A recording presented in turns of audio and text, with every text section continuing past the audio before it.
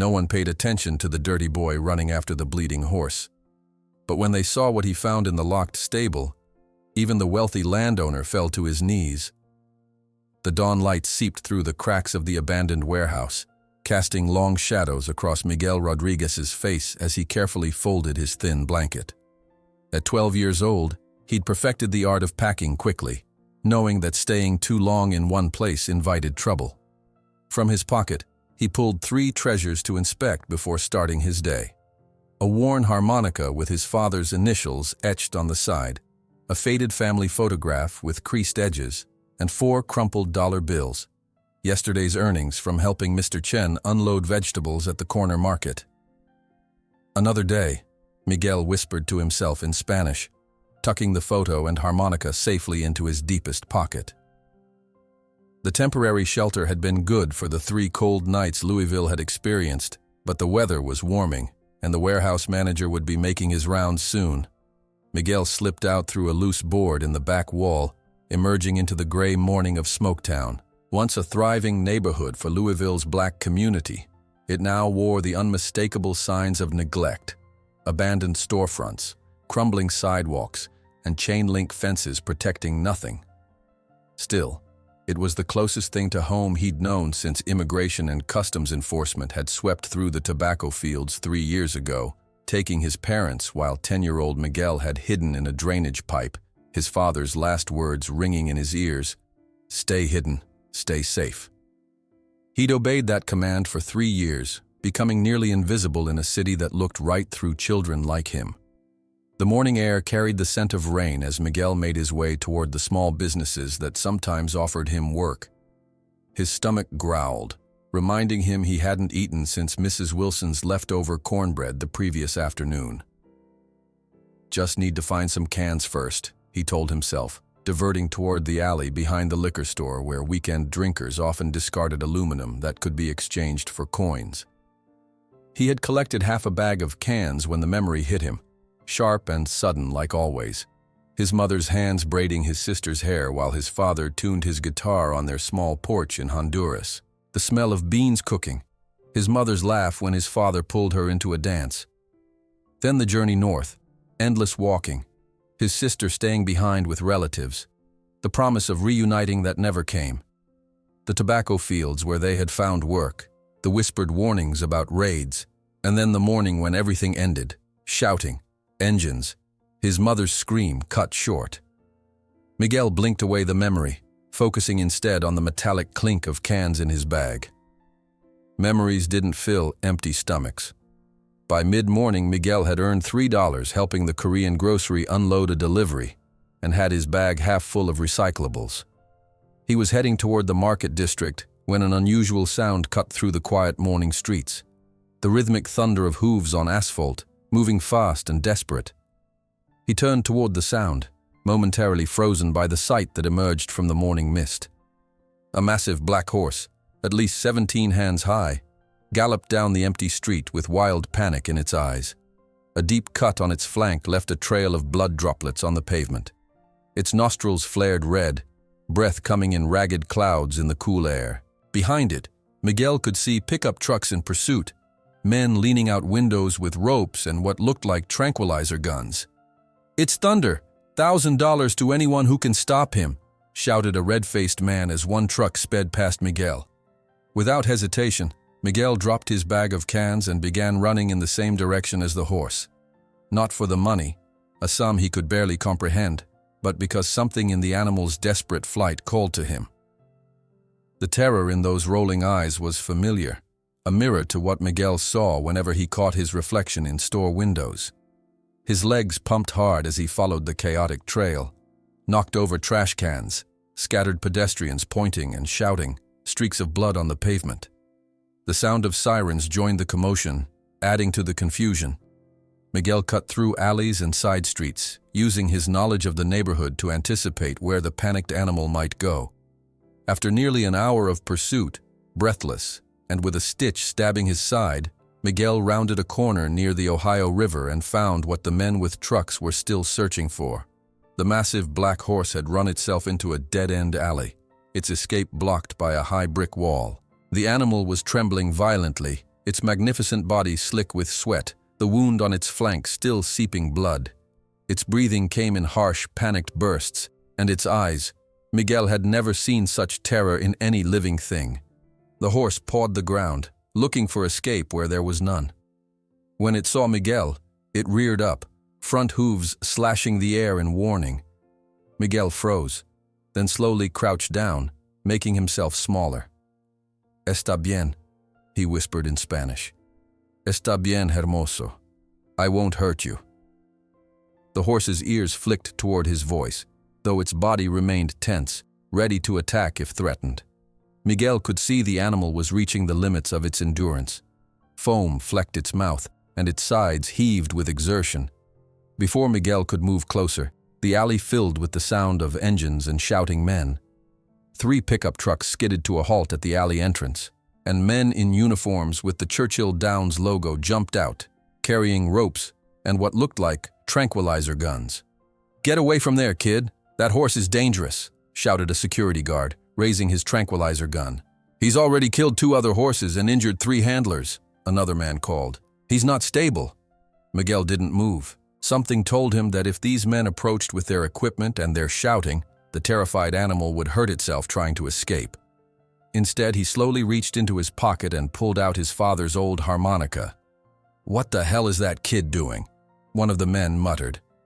Miguel placed the harmonica to his lips and began to play. The melody was a simple lullaby his father had taught him, a song from the mountains of their homeland. The notes floated in the air, soft and melancholy, cutting through the tension like a gentle breeze. With his eyes fixed on the horses, Miguel took a careful step forward. The horse's ears flicked toward the sound, its breathing still rapid but slightly less frantic. Another step. The men behind him fell silent, watching the inexplicable scene unfold. Miguel continued playing, each note a promise. "I understand your fear. I will not hurt you. You are not alone." Another step forward. The massive black horse, which minutes before had seemed ready to destroy anything in its path, gave a long, shuddering exhale. A tremor ran through its powerful body, from shoulders to haunches, as though shedding something heavy. Then, in a gesture that left every witness in stunned silence, the animal lowered its head and took a small step toward Miguel. The boy continued playing, his small fingers moving across the harmonica, while his eyes never left the horses. Another step brought them closer. The horse's nostrils flared, taking in Miguel's scent. Then, with a gentleness that seemed impossible from such a powerful creature, the horse extended its muzzle and lightly touched Miguel's shoulder. "My God," whispered one of the handlers. "I've never seen anything like it." Miguel lowered the harmonica and slowly, carefully, raised his hand to touch the horse's neck. His fingers found the strong pulse beneath the sleek black coat, racing but steadier now. "Estás a salvo ahora, hermano," Miguel whispered. "Somos iguales, tú y yo. Perdidos, pero no olvidados. You're safe now, brother. We are the same, you and I. Lost, but not forgotten." For the first time in what seemed like weeks, the horse closed its eyes without fear, leaning slightly into the boy's touch. One of the men stepped forward cautiously. "Kid, do you have any idea what you've done?" "That's Midnight Thunder, the most valuable and dangerous thoroughbred in Kentucky right now." Another man was already on his phone. "Mr. Whitaker? Sir, you're not going to believe this. We've got Thunder, but... Sir, you need to see this yourself." As the men approached with ropes and leads, Thunder tensed again. Miguel quickly resumed playing his harmonica, staying close to the horse's head, whispering reassurances between notes. Under his guidance, they managed to secure a lead rope to Thunder's halter. "He cost $4 million, one handler explained to Miguel as they slowly led the horse toward a trailer. Descended from Derby Champions. Then there was an accident during transport. Trailer flipped on the highway. 2 other horses died. Thunder hasn't been the same since. Attacks anyone who comes near. He's scared," Miguel said simply. "He remembers the trailer, the noise, the pain." The handler looked at Miguel curiously. "How old are you, kid?" 12, Miguel answered, keeping his hand on Thunder's neck as they walked. "And how did you know what to do?" Miguel shrugged. Animals understand the language of pain. I just showed him I speak it too. The journey back to Churchill Downs took place in tense silence. Miguel rode in the cab of the pickup, while Thunder was led behind by handlers still wary of the unpredictable animal. When they arrived at the famous racetrack with its iconic twin spires reaching toward the sky, Miguel's eyes widened. He'd seen the place on television during Derby season, but had never imagined he'd step foot inside. The contrast between his world and this one couldn't have been starker. Immaculate grounds, pristine white fences, buildings that spoke of money and tradition. Men and women in expensive clothes stopped to stare as the procession made its way toward the stables, the wild-eyed black thoroughbred being led by cautious handlers, and the small Latino boy in worn clothes walking alongside. They had just reached the entrance to an isolated stable when a black SUV screeched to a halt nearby. A large man with a florid face and silver hair stepped out, his expensive suit and commanding presence marking him as someone accustomed to being obeyed. "Where's my horse?" he demanded, then stopped short at the sight of Thunder being led calmly into the stable area. "What the hell? How did you get him back without tranquilizers?" The security chief gestured toward Miguel. "This kid, sir. Found Thunder cornered in an alley down by the river. Did something with music. The horse just calmed down." Randall Whitaker, bourbon magnate and thoroughbred owner, turned his attention to Miguel for the first time. His gaze was calculating, assessing the small boy as he might evaluate a horse at auction. "You got a name, boy?" "Miguel Rodriguez, sir." "And what exactly did you do to my $4 million investment?" Miguel hesitated, unsure how to explain. "I just showed him he wasn't alone." Whitaker's eyes narrowed. "Well, whatever voodoo you worked, it's the first time that animal hasn't tried to kill someone in weeks." He turned to his staff. "Get the vet to look at that cut. And you," he pointed at Miguel, "stay right here. I want to know more about this miracle." As Whitaker strode away barking orders into his phone, one of the security guards muttered into his radio, "Mr. Whitaker, you're not going to believe what I'm seeing. We need this street kid." While behind them sirens wailed in the distance, approaching quickly, signaling complications no one could have foreseen. The wailing sirens grew louder, and Miguel tensed, his body automatically seeking escape routes, a habit developed over 3 years of avoiding authorities. The security guard noticed his reaction and placed a surprisingly gentle hand on his shoulder. "Relax, kid. Those aren't for you. Probably just an ambulance headed to the hospital down the road." Miguel wasn't convinced, but before he could decide whether to stay or run, a tall black man in his 60s approached from the stable area. He wore faded jeans, a Churchill Downs work shirt with "Head Groom" embroidered on the pocket, and carried himself with the quiet dignity of someone who'd spent a lifetime around horses. "This the boy?" he asked, studying Miguel with keen eyes. "Yes, sir, Mr. Williams. He somehow calmed Thunder down, played some kind of music." Joe Williams nodded slowly. "Well then, let's get him inside before Whitaker changes his mind. Come on, son." Miguel hesitated, glancing toward the exit. Joe seemed to understand his uncertainty. "Nobody's keeping you here against your will. But that horse in there?" He gestured toward the stable. "He's been through hell, and you're the first person he's responded to. If you've got somewhere else to be, that's your choice. But if not, maybe you'd like to meet him properly." After a moment's consideration, Miguel nodded and followed Joe into the stable. The contrast between the bright Kentucky morning and the cool dimness inside made him blink. The air smelled of hay, leather, and the distinct muskiness of horses. Most of the stalls they passed contained magnificent animals that watched them with intelligent eyes. "We've got him isolated at the end," Joe explained as they walked. "After the accident, he couldn't be around other horses. Too aggressive." They stopped before a large stall set apart from the others. Inside, Midnight Thunder stood alert, his ears pricked forward at their approach. Unlike the other horses, his stall had reinforced doors and what looked like extra security measures. "Mr. Whitaker paid $4 million for him at the Keeneland auction 3 months ago," Joe said quietly. "Finest bloodlines in Kentucky. Was supposed to be his comeback champion after his last Derby contender came in 10th. Then the transport accident happened on I-65. Thunder's trailer flipped, trapped him inside for almost an hour while they cut through the metal. 2 other horses didn't make it. Miguel studied the magnificent animal.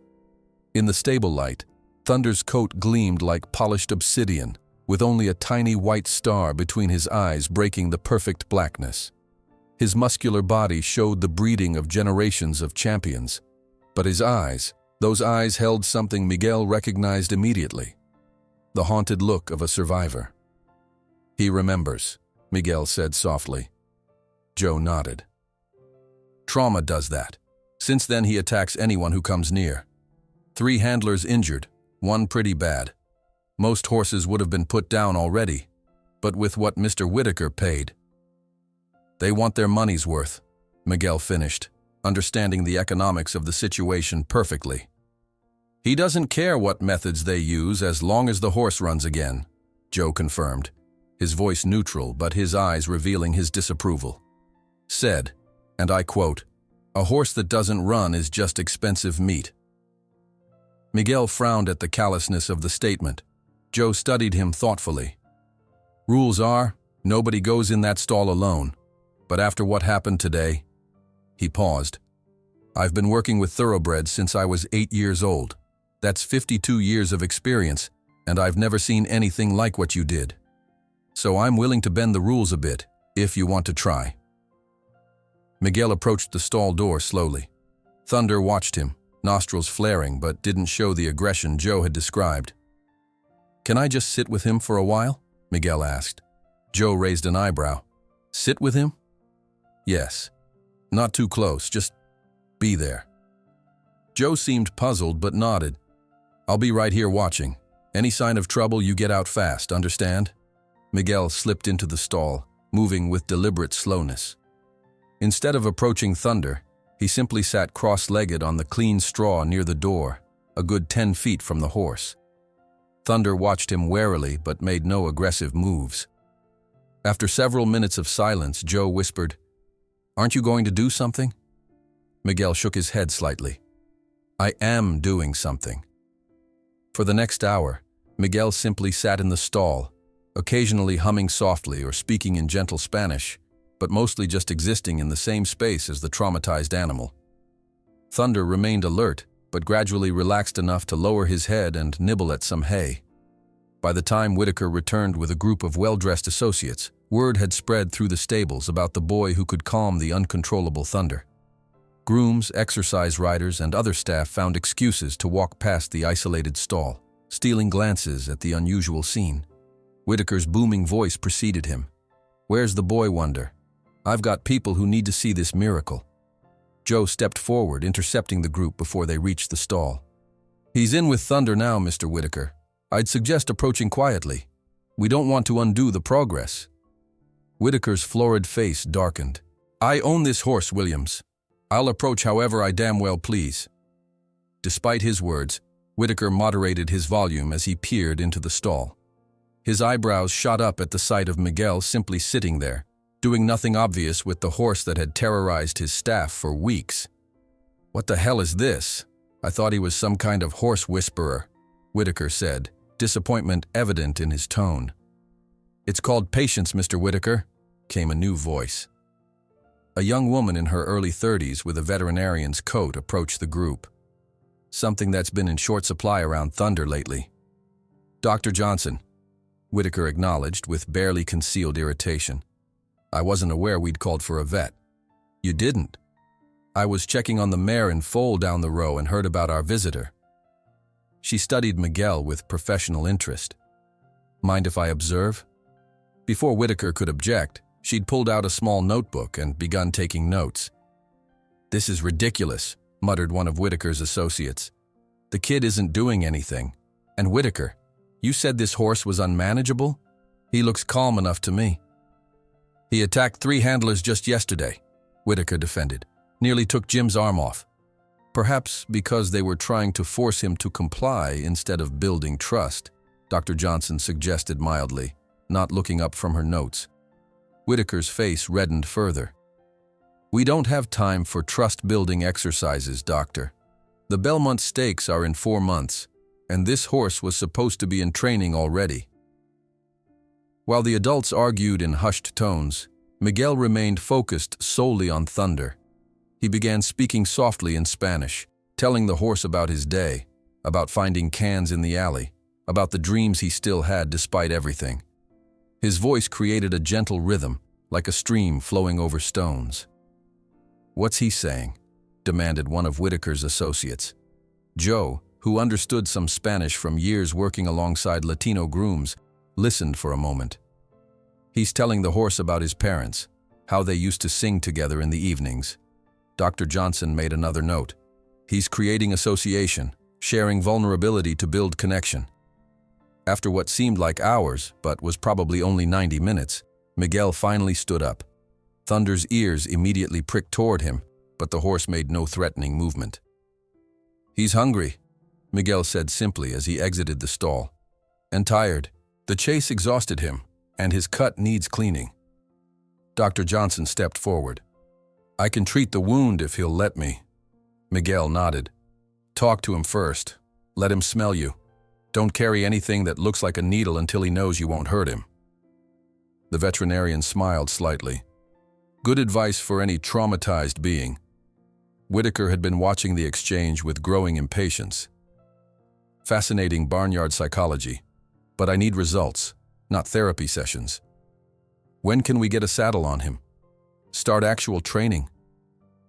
Miguel looked directly at Whitaker for the first time.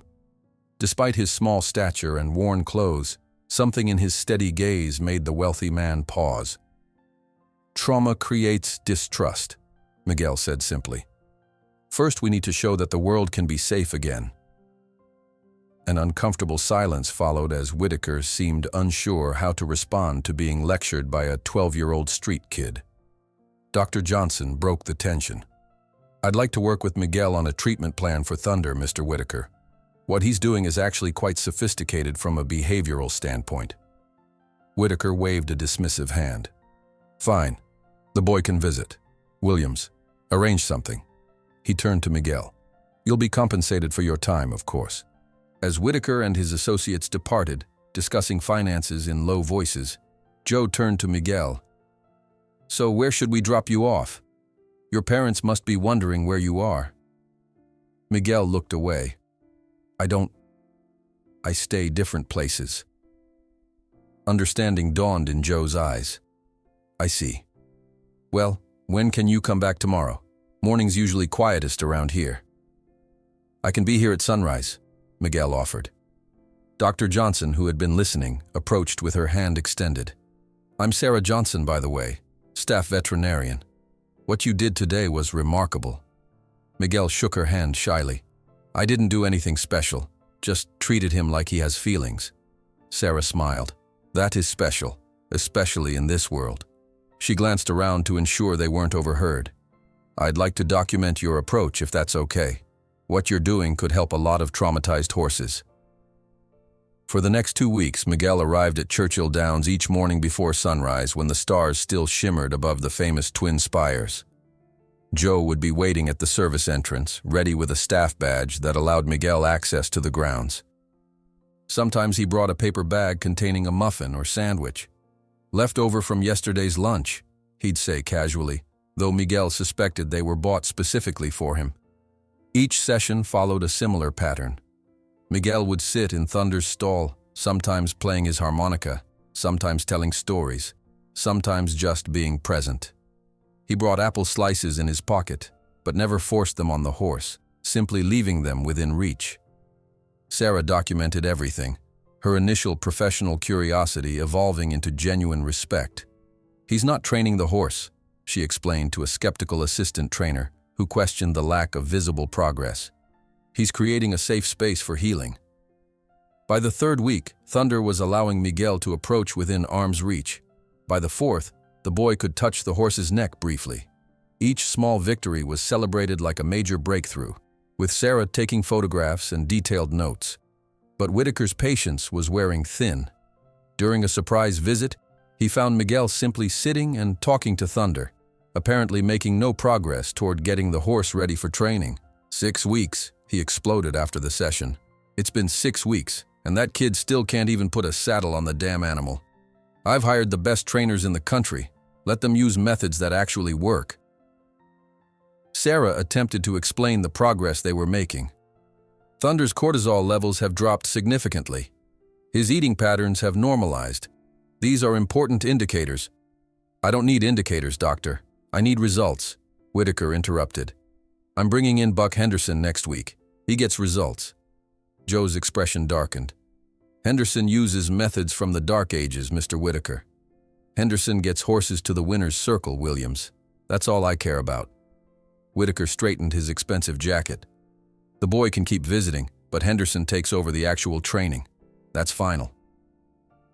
Later that evening, as the sky darkened and a storm system moved in from the west, Sarah found Miguel preparing to leave. I heard about Henderson, he said before she could speak. He'll hurt Thunder. Sarah sighed. I know. I've tried to explain to Mr. Whitaker that forcing compliance will just re-traumatize him, but… She shrugged helplessly. One last test, Whitaker decreed after reading Sarah's report, his calculating gaze shifting between Miguel and the documents. Tomorrow, in front of my partners, you'll ride Midnight Thunder without control equipment. If you succeed, you stay. If you fail… He let the threat hang in the air while Miguel swallowed hard, knowing that forcing this step too early could destroy everything. Miguel stared at Whitaker, his heart pounding in his chest. The ultimatum hung in the air like a physical threat. Ride Thunder tomorrow, without saddle, without bridle, or be banished from the stables forever. The boy knew that forcing such a step now, when trust was still so fragile, could destroy everything they had built together. Mr. Whitaker, Sarah interjected, you can't rush this process. What Miguel has accomplished so far is already remarkable, but… Enough excuses. Whitaker cut her off with a dismissive wave.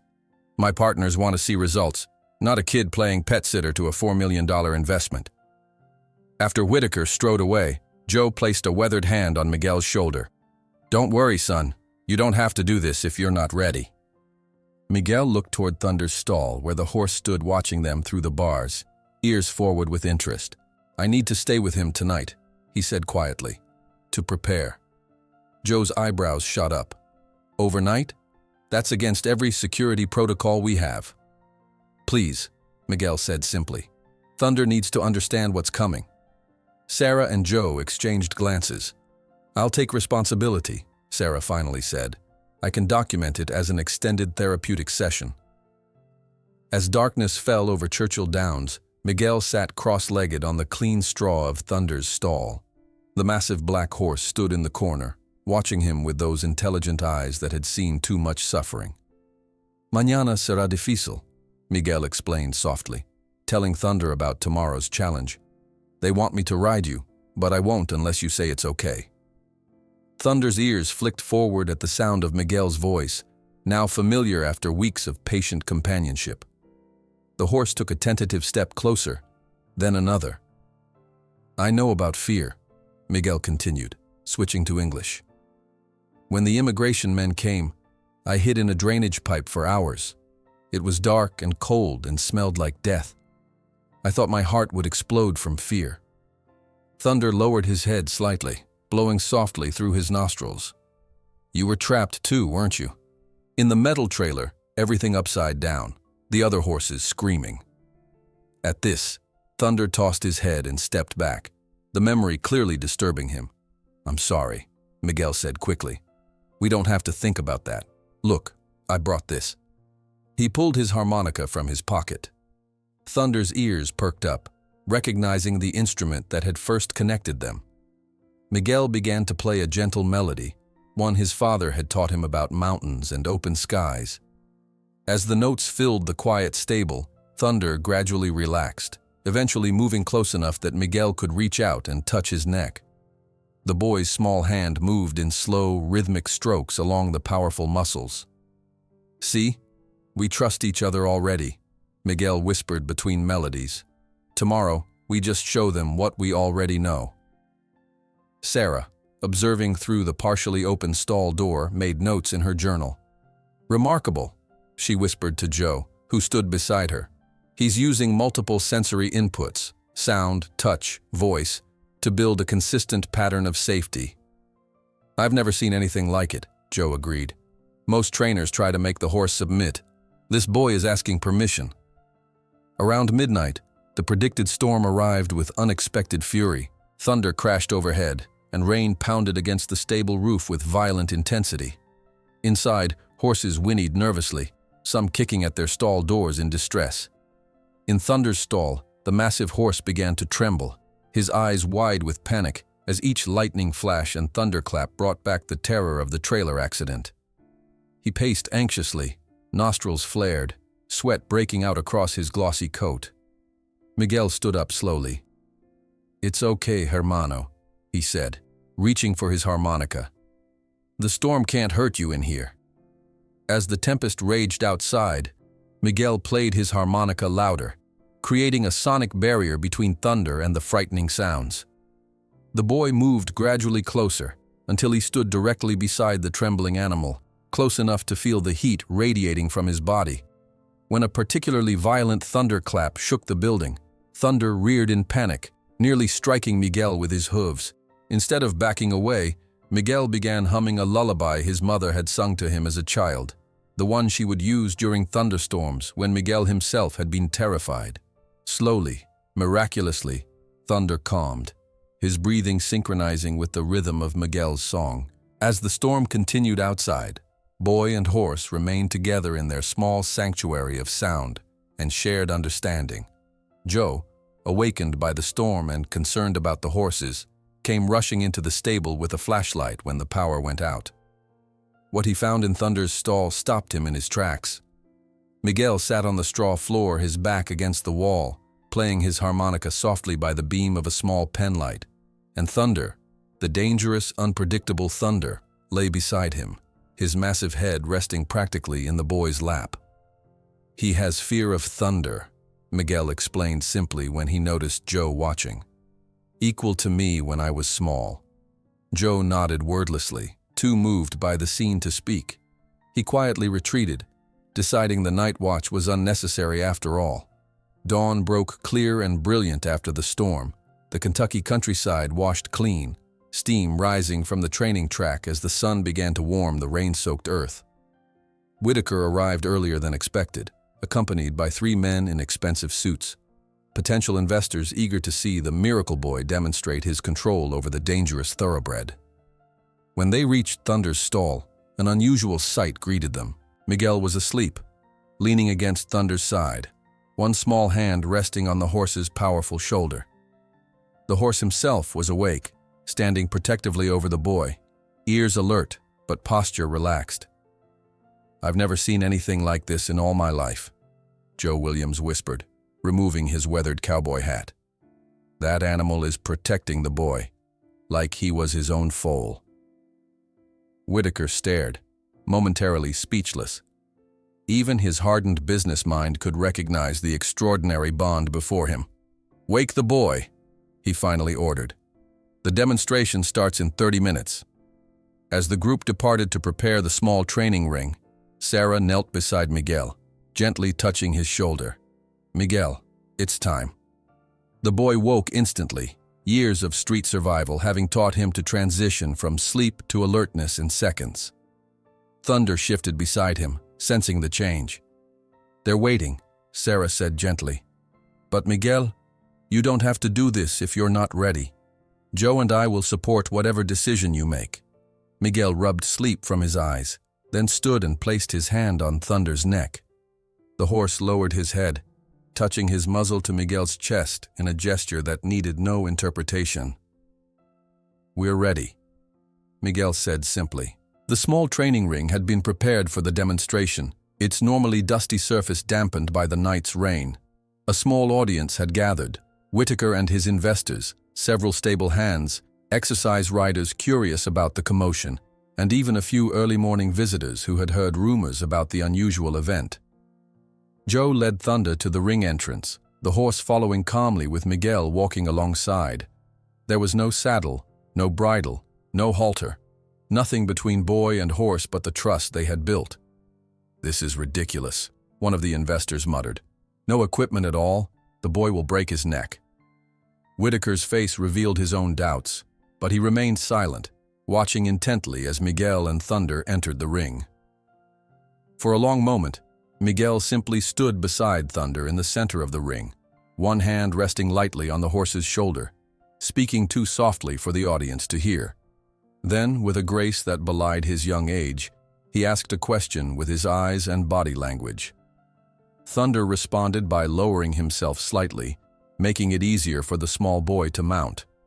Using the horse's mane for support, Miguel pulled himself onto Thunder's broad back.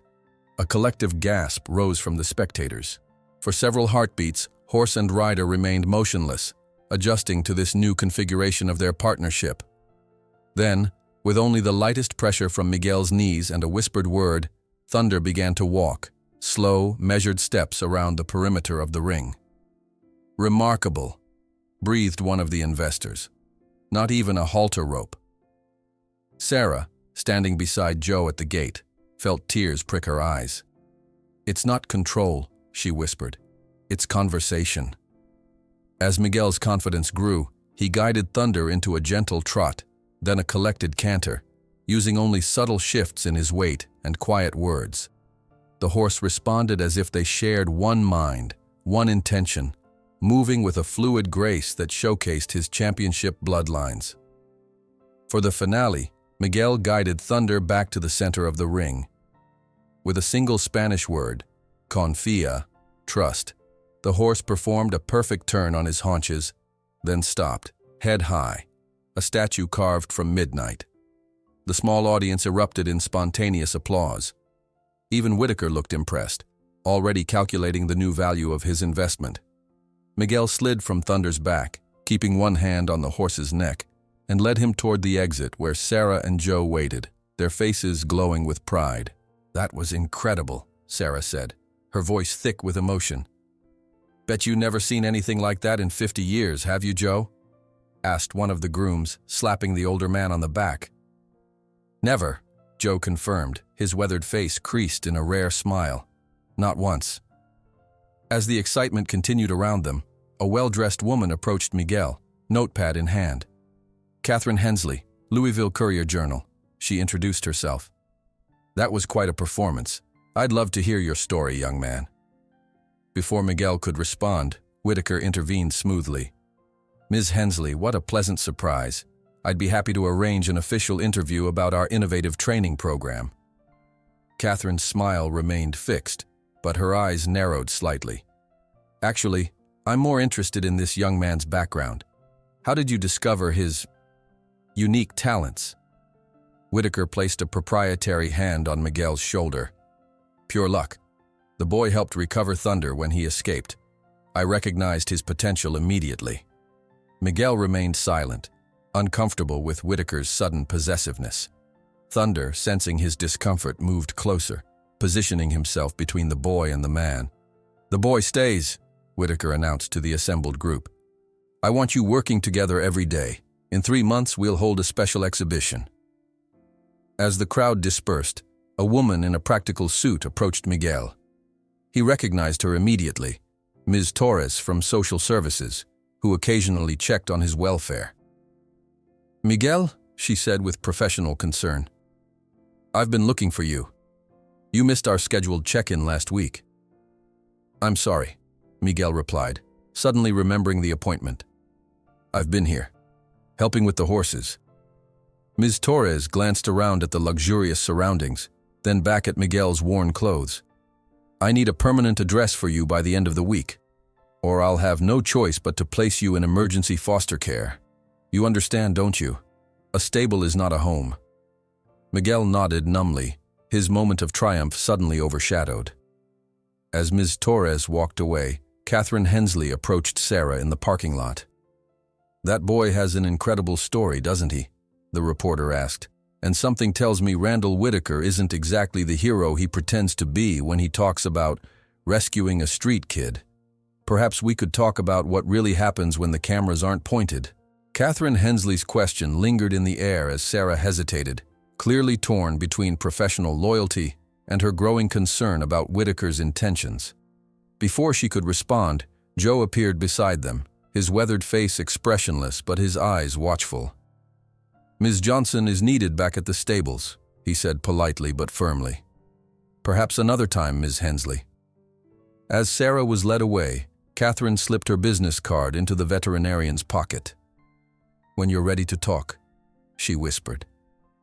The following morning, Miguel arrived at Churchill Downs to find the atmosphere transformed. Grooms who had previously ignored him now nodded in greeting. Exercise riders stopped their conversations to watch him pass. Word of his remarkable demonstration with Thunder had spread throughout the complex like wildfire. There he is, a stable hand called out. The horse whisperer. Miguel ducked his head, uncomfortable with the attention. In his 12 years, invisibility had been his greatest protection. Now, visibility brought its own dangers. Thunder sensed his discomfort immediately when Miguel entered the stall. The horse's ears flicked forward, his nostrils widening to capture Miguel's scent, reading his emotional state through invisible chemical signals in the air. It's okay, Miguel whispered, placing his hand on Thunder's powerful neck. Just different today. Sarah arrived with her notebook, smiling warmly. You're quite the celebrity this morning. How do you feel about yesterday's success? Miguel shrugged. Thunder did the work. I just asked nicely. That's exactly what I want to document, Sarah said earnestly. Your approach contradicts everything in traditional training manuals. You're not using dominance or control. You're using partnership. As Sarah spoke, Miguel noticed Thunder growing tense, his ears flattening slightly. Following the horse's gaze, he saw two men setting up camera equipment outside the stall. What's that for? Miguel asked warily. Whitaker's orders, Sarah explained apologetically. He wants to document your methods for marketing purposes. Miguel shook his head firmly. No cameras. Thunder doesn't like them. How could you possibly know that? One of the cameramen scoffed. Miguel didn't argue. He simply gestured toward Thunder, whose nostrils had flared in agitation, muscles tensing visibly beneath his glossy coat. Sarah intervened. The boy is right. Horses can perceive the camera lens as a predator's eye. It's well documented in skittish animals, especially those with trauma history. Reluctantly, the men packed away their equipment. As they left, Joe appeared with a bundle under his arm. Mr. Whitaker sent these, he said, handing the package to Miguel. Inside were new clothes, expensive jeans, boots, and a polo shirt with the Churchill Downs logo. He says his miracle boy shouldn't look like he sleeps in alleys. Miguel fingered the soft fabric, conflicted. The clothes represented safety, legitimacy, things he desperately needed with Ms. Torres's deadline looming. But they also felt like a collar, a claim of ownership. Thunder knows me by my smell, he said, setting the package aside. New clothes would confuse him. Joe's weathered face creased in a smile. Smart boy. Horses trust scent more than sight.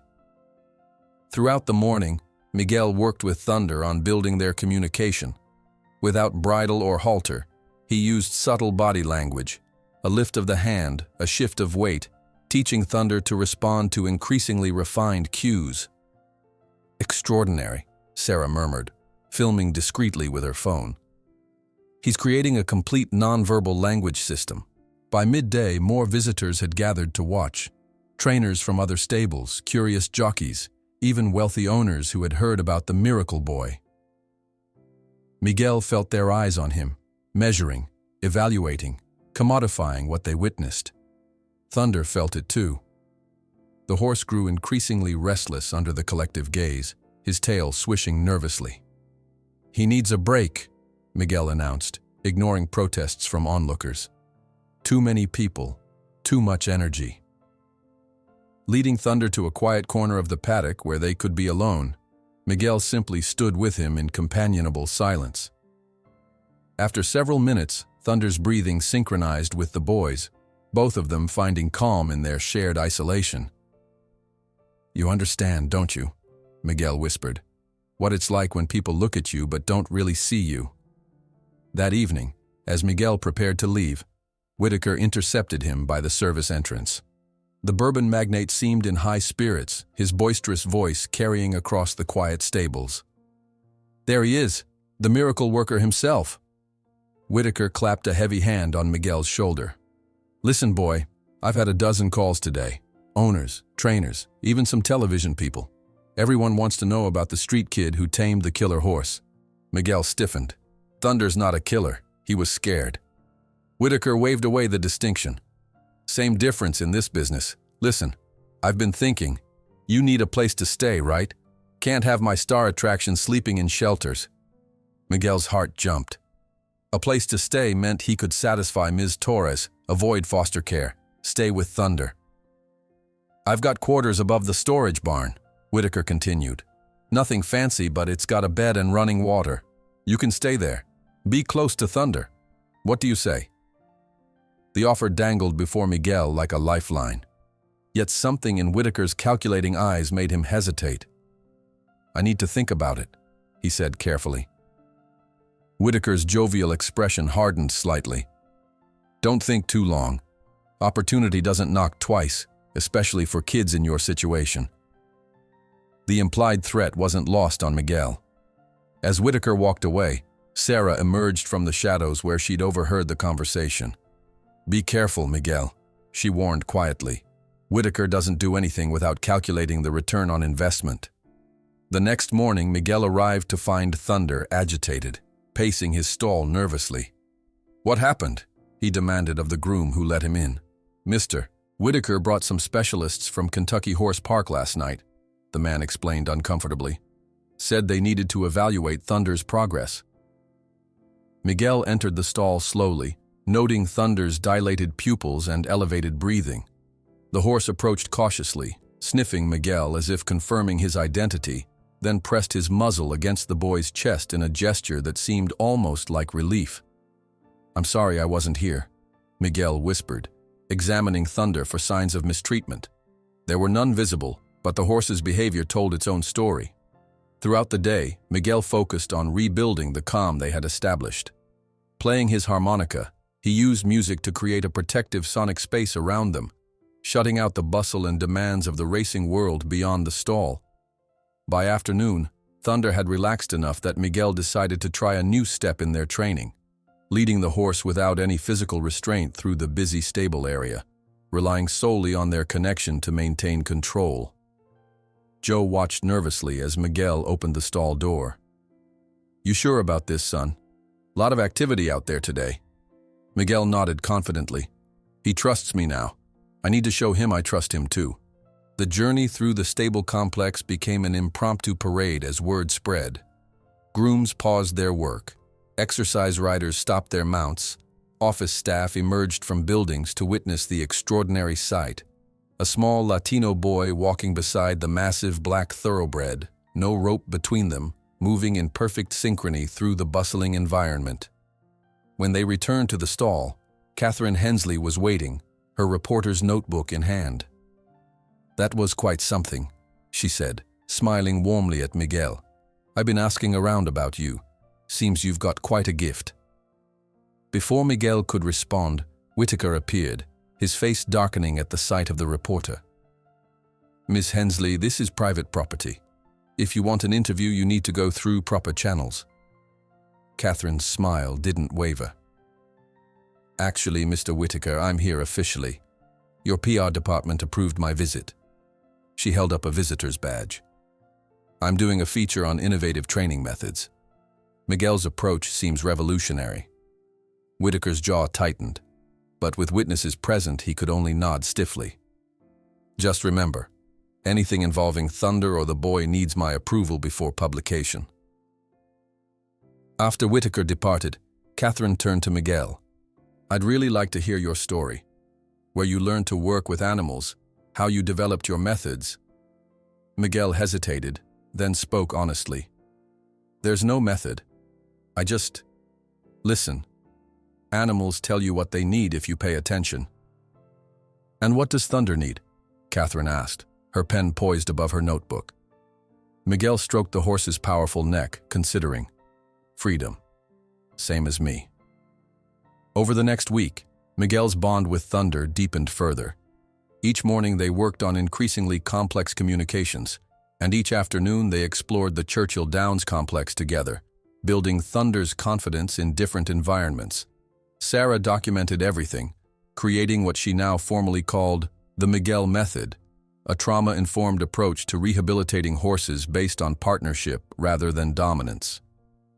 "What you're doing could transform equine therapy," she told Miguel one afternoon as they watched Thunder grazing peacefully in a small paddock, something he had been too anxious to do just weeks earlier. Miguel shrugged. "I'm just helping one horse." "No," Sarah insisted. "You're demonstrating a completely different paradigm. Traditional methods break a horse's will to create obedience.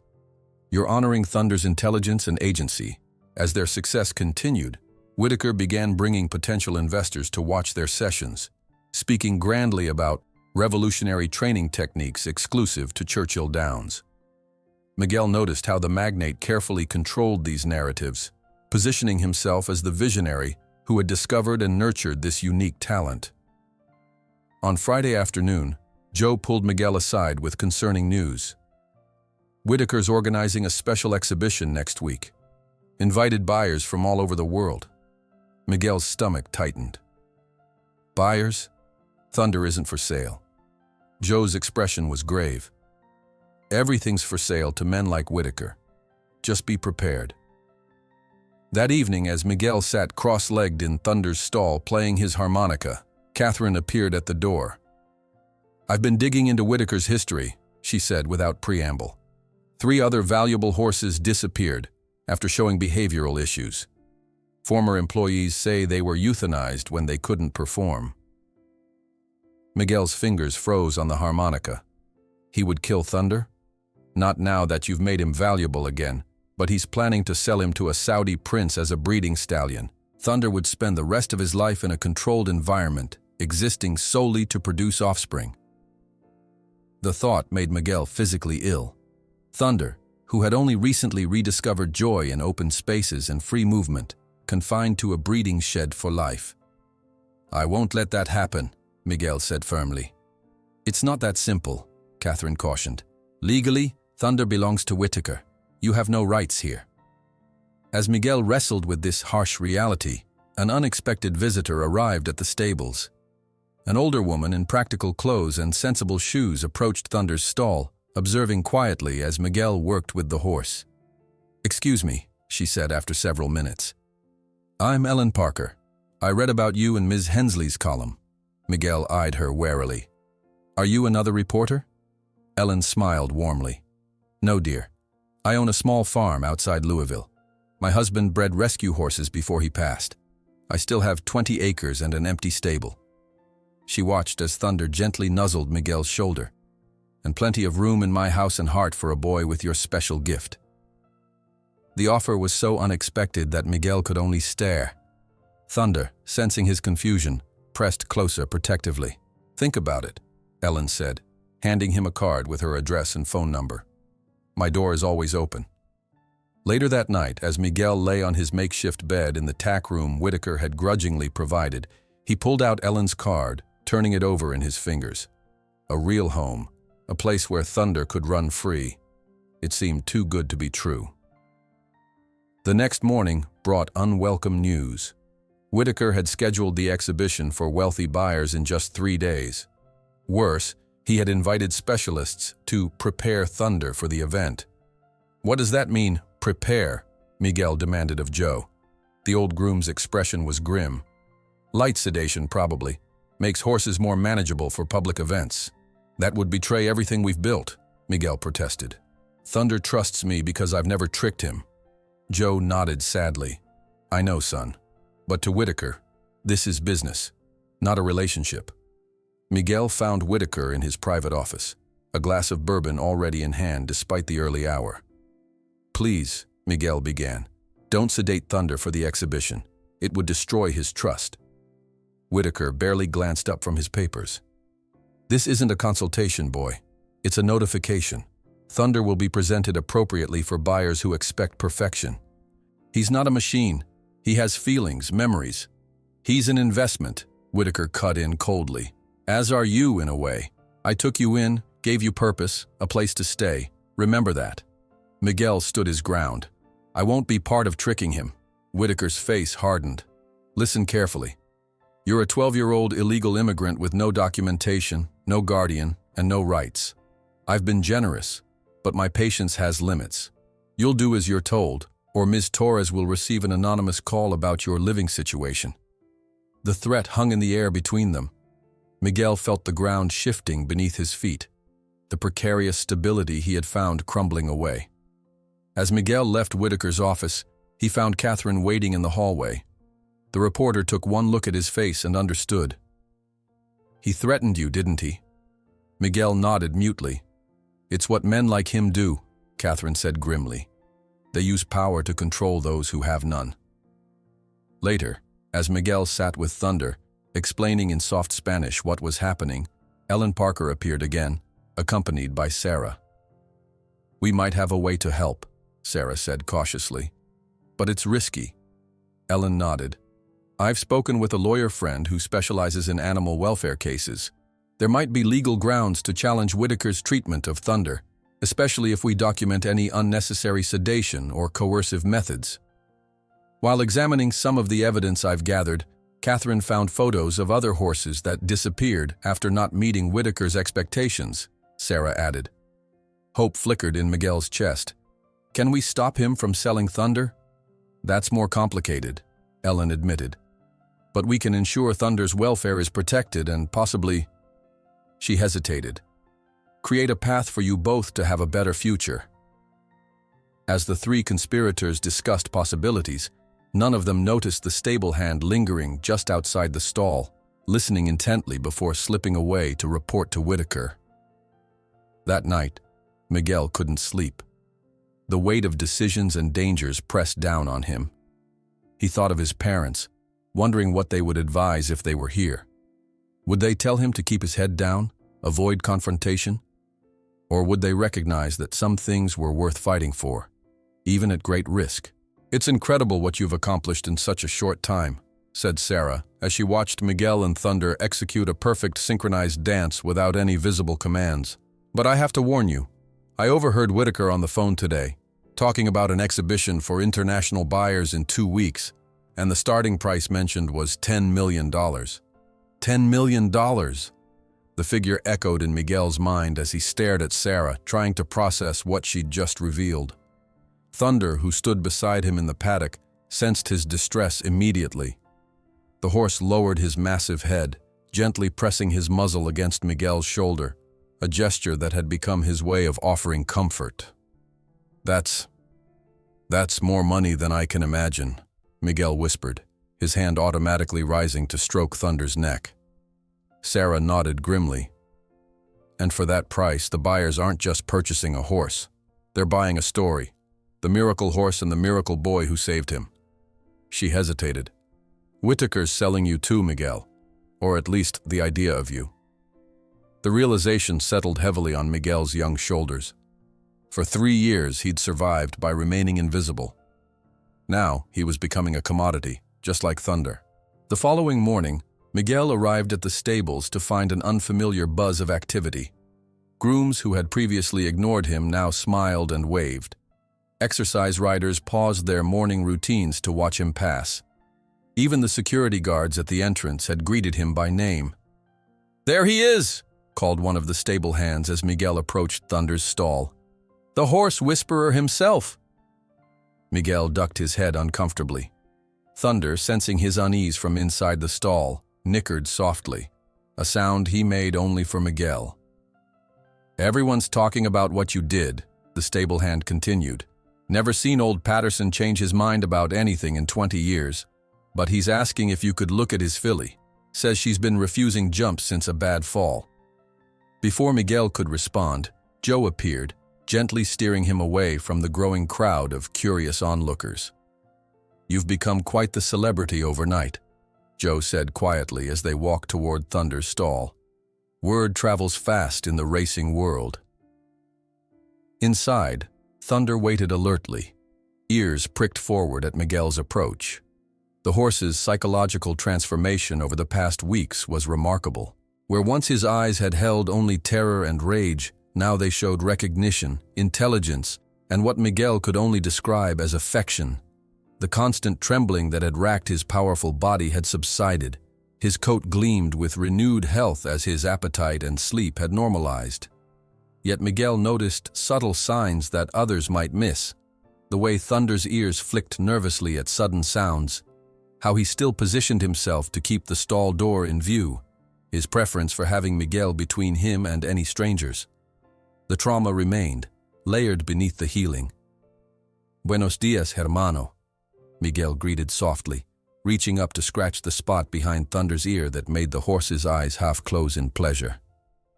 "Did you sleep well?" Thunder exhaled heavily through his nostrils, leaning slightly into Miguel's touch. Their morning ritual continued with Miguel checking every inch of the horse's body, not just for physical problems, but as a way of reinforcing trust through respectful touch. As Miguel worked, he heard the distinctive click of a camera shutter.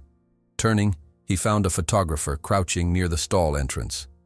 "Just a few shots for Mr. Whitaker's promotional materials," the man explained. "Pretend I'm not here." Thunder had already tensed, his ears flattening at the unfamiliar presence and the strange equipment pointed in their direction. Miguel stepped protectively between the horse and the camera. "No pictures," he said firmly. "It scares him." The photographer looked annoyed. "Kid, I've got a job to do. Mr. Whitaker specifically requested—" "The boy is right," Sarah interrupted, appearing behind the photographer. "Horses can perceive camera lenses as predator eyes. For a traumatized animal, it can trigger fight-or-flight responses." Reluctantly, the photographer retreated, muttering about difficult artists as he packed his equipment. Later that morning, Whitaker himself appeared with two wealthy-looking gentlemen in custom suits and Italian loafers, potential investors, judging by their calculating gazes. "And here he is," Whitaker announced grandly, gesturing toward Miguel as if presenting a rare exhibit. "My protégé, discovered in the most unlikely circumstances. The boy has an extraordinary gift with troubled horses." Miguel stiffened at being discussed as if he weren't present. Thunder, instantly attuned to his emotional state, moved closer, positioning his large body protectively beside the boy. "Fascinating," said one of the men, studying Miguel with clinical interest. "And you say he has no formal training? No family background in horses?" "None whatsoever," Whitaker confirmed. "Pure raw talent. We're developing his methods into a proprietary training system exclusive to Churchill Downs." The men nodded appreciatively, seeing dollar signs where Miguel saw only exploitation. As the group moved on to discuss breeding possibilities, Catherine Hensley slipped into the stable area, camera in hand. "I see Whitaker's already monetizing your gift," she observed dryly. Miguel shrugged. "He owns Thunder, and now he thinks he owns me too." Catherine's expression softened. "I've been doing some digging into Whitaker's past business practices." She lowered her voice, glancing around to ensure they weren't overheard. 3 other horses with behavioral issues disappeared from his stables in the past 2 years. Former employees say they were euthanized when they couldn't perform as expected. Miguel's blood ran cold. "He would kill Thunder?" "Not now that you've made him valuable again," Catherine assured him. "But I found something else disturbing. There's talk about selling Thunder to a breeding operation in Dubai after the exhibition. He'd spend the rest of his life in a controlled environment, existing solely to produce offspring." The thought made Miguel physically ill. He looked at Thunder, who had only recently rediscovered joy in open spaces and free movement. To confine him forever, to reduce him to a breeding machine, it would be another form of trauma. That afternoon, Joe appeared with a package under his arm. "From Mr. Whitaker," he explained, handing it to Miguel. Inside were new clothes, expensive jeans, polished boots, and a polo shirt embroidered with the Churchill Downs logo. A note read simply, "Dress the part." Miguel fingered the soft fabric, conflicted. The clothes represented safety, legitimacy, things he desperately needed with Ms. Torres's deadline looming. But they also felt like a collar, a visible claim of ownership. "Thunder knows me by my smell," he said, setting the package aside. New clothes would confuse him. Joe nodded approvingly. Smart thinking. Horses trust scent more than sight. Later, as twilight settled over the stables, Miguel sat cross-legged in Thunder's stall, playing his harmonica. The gentle Latino melody filled the space, creating a sonic boundary that seemed to shield them from the outside world. Thunder stood with his eyes half closed, occasionally sighing deeply, a sound that veterinarians recognized as a sign of contentment in horses. La música es el idioma del alma, mijo, Miguel whispered, repeating his father's words. Music is the language of the soul.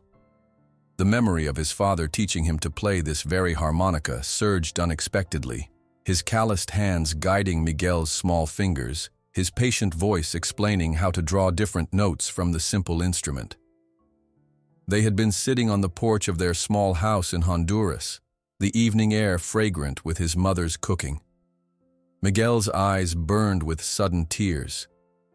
What would his parents think if they could see him now? Would they be proud of what he'd accomplished with Thunder? Or would they be terrified for his safety, a child alone navigating the dangerous waters of wealth and power? His reflections were interrupted by Sarah, who entered quietly with her notebook. "I've been documenting everything," she explained, sitting beside him on the clean straw. "Your methods contradict everything in traditional training manuals." "There's no method," Miguel said simply. "I just listen." "That's exactly what makes it revolutionary," Sarah insisted. "Traditional training is about dominating the horse's will. You're creating partnership instead." As they spoke, a small crowd had gathered outside the stall. Grooms, exercise riders, even some of the jockeys who had heard about Miguel's success with the once dangerous Thunder. "Could you show us how you get him to follow without a lead rope?" asked one of the exercise riders. "I've got a jumper that fights the bit something fierce." Miguel looked at Thunder, who was watching the gathering crowd with mild interest rather than his former terror. "Progress, but not a time to push too hard." "Not today," Miguel said. "Too many new people would make him nervous. Maybe tomorrow, with fewer watchers." The next morning, Miguel found an article about himself in the local section of the Louisville Courier-Journal. "The Horse Whisperer of Churchill Downs," the headline read, above a photo Catherine had taken of him sitting beside Thunder. The article described his extraordinary bond with the traumatized thoroughbred, noting how it challenged traditional training methods. Catherine had been careful not to reveal too much about Miguel's personal circumstances, focusing instead on his intuitive understanding of equine psychology. Miguel read the article twice, strange emotions swirling within him. For the first time in 3 years, he existed officially in the world, not as an invisible street child, but as someone with a recognized gift. The feeling was both empowering and terrifying. Throughout the day, more people appeared at Thunder's stall, hoping to witness the miracle bond described in the newspaper. Some offered Miguel money to help with their own troubled horses. Others simply wanted to watch him work with Thunder, as if expecting a performance. The constant attention began to wear on both boy and horse. Thunder grew increasingly restless, tossing his head and pacing when too many strangers lingered nearby. Miguel felt his own anxiety rising, the protective walls he'd built around himself starting to crack under the scrutiny. "Enough," Joe finally declared, shooing away the onlookers. "This isn't a circus, and they aren't performing seals." In the quiet that followed, Miguel leaned against Thunder's warm side, both of them exhausted by the day's intrusions. "They don't understand," he whispered to the horse. "They see magic tricks, not two broken souls helping each other heal." Thunder lowered his head, gently nuzzling Miguel's hair, a gesture so tender it nearly broke the boy's heart. That evening, as Miguel prepared to leave, Whitaker intercepted him near the service entrance. The bourbon magnate's face was flushed, his eyes slightly unfocused, signs of the drinking that stable staff whispered about behind his back. "There's my star attraction," Whitaker boomed, clapping a heavy hand on Miguel's shoulder. "We need to talk about your living situation, boy. Can't have you sleeping in shelters while you're the face of my new training program." Miguel tensed. "I'm managing fine, sir." "Nonsense. I've had rooms prepared for you above the storage barn. Nothing fancy, but it's clean and private." Whitaker's smile didn't reach his eyes. "Consider it part of your compensation package." The offer dangled before Miguel like a lifeline. A real address would satisfy Ms. Torres from social services, prevent him from being placed in foster care, keep him close to Thunder. Yet something in Whitaker's calculating gaze made him hesitate. "I need to think about it," he said carefully. Whitaker's jovial expression hardened slightly. "Don't think too long. Opportunity doesn't knock twice, especially for kids in your situation." The implied threat hung in the air as Whitaker walked away, leaving Miguel with the uncomfortable realization that his newfound visibility came with a price. He was no longer just Miguel Rodriguez, street survivor. He was now an asset, a marketing tool, a possession. "It's incredible. Amazing what you've accomplished in so short time," said Sarah while observing Miguel and Thunder execute a perfect synchronized dance without any visible commands. "But I have to warn you. I overheard Whitaker on the phone today, talking about an exhibition for international buyers in 2 weeks, and the starting price mentioned was $10 million. $10 million. The figure hung in the air between them like a physical presence. Miguel's mind struggled to comprehend such an amount, more money than he had ever imagined existing in one place. He looked at Thunder, peacefully grazing nearby, unaware that his future was being priced and packaged. 10 million, Miguel repeated numbly. And then what happens to him? Sarah hesitated, confirming Miguel's fears before she even spoke. From what I overheard, the primary interest is from breeding operations. Thunder's bloodlines are exceptional, despite his behavioral issues. Miguel's hand instinctively went to Thunder's neck, feeling the powerful muscles beneath the gleaming black coat. The horse turned at his touch, pressing his velvety muzzle against Miguel's chest in a gesture that had become increasingly affectionate over their weeks together. "He would hate that life," Miguel whispered, "being locked away, only valued for what he can produce." Sarah nodded solemnly. "I know.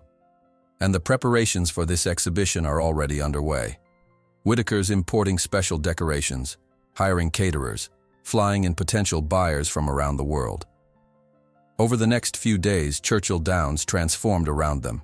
Workers erected elaborate pavilions near the training rings. Florists arrived with exotic arrangements. Security tightened visibly, with additional guards posted throughout the complex. Miguel watched these preparations with growing dread. Each morning, he arrived to find Thunder increasingly agitated, the horse's finely tuned senses picking up on the changing environment and heightened human emotions swirling around the stables. "He knows something's happening," Miguel explained to Joe as Thunder paced nervously in his stall, nostrils flaring at unfamiliar scents. "Animals understand more than people think." Joe nodded gravely. "Horses especially. They're prey animals. Their survival depends on reading subtle changes in their environment." Thunder's anxiety manifested in small regressions, flinching at sudden movements, hesitating before taking treats from Miguel's hand, standing tensely rather than relaxing into their grooming sessions. It broke Miguel's heart to see the hard-earned trust beginning to fracture under the pressure of Whitaker's plans. On Tuesday morning, Miguel arrived to find Catherine Hensley interviewing former stable workers in a quiet corner of the parking lot.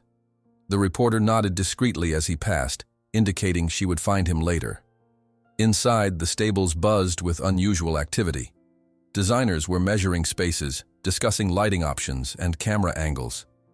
Thunder watched all this through the bars of his stall, ears pinned back in distress.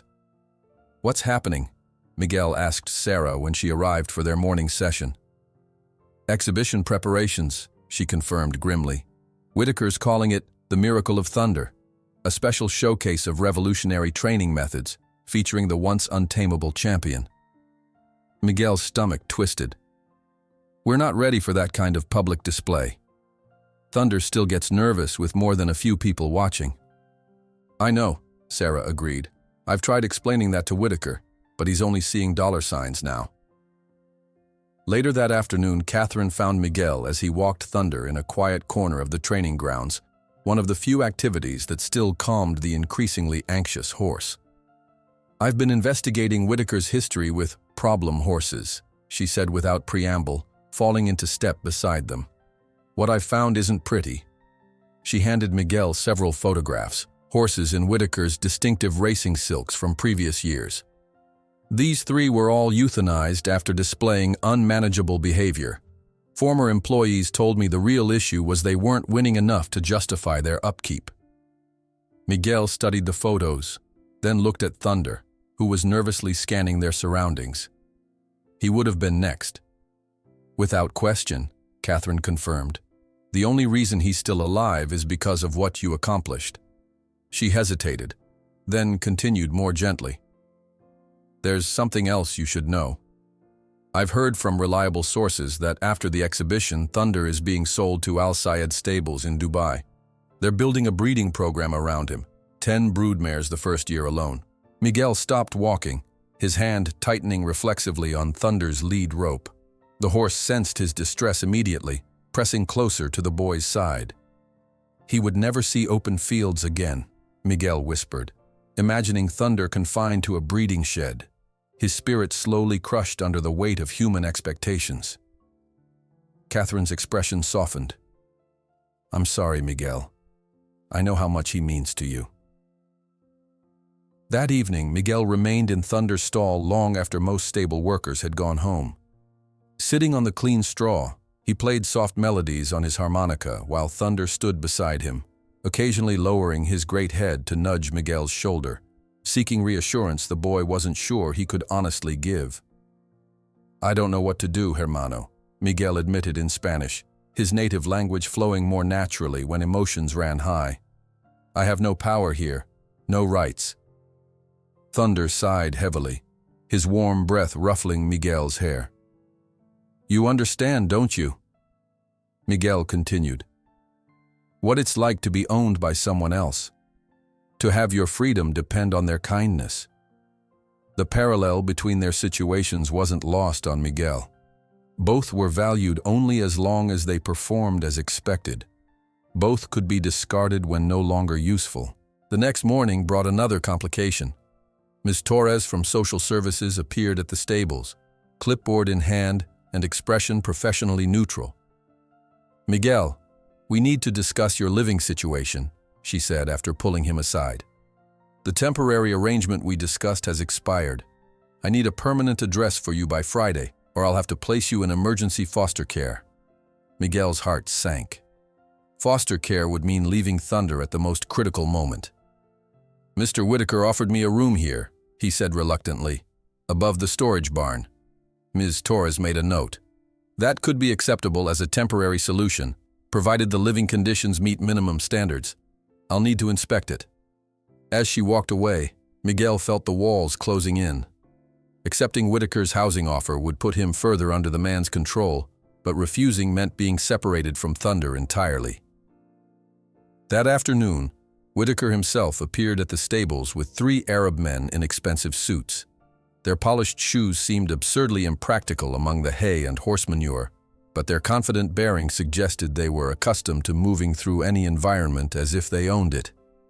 "Here he is," Whitaker announced proudly as they approached Thunder's stall, the most promising sire in American racing today.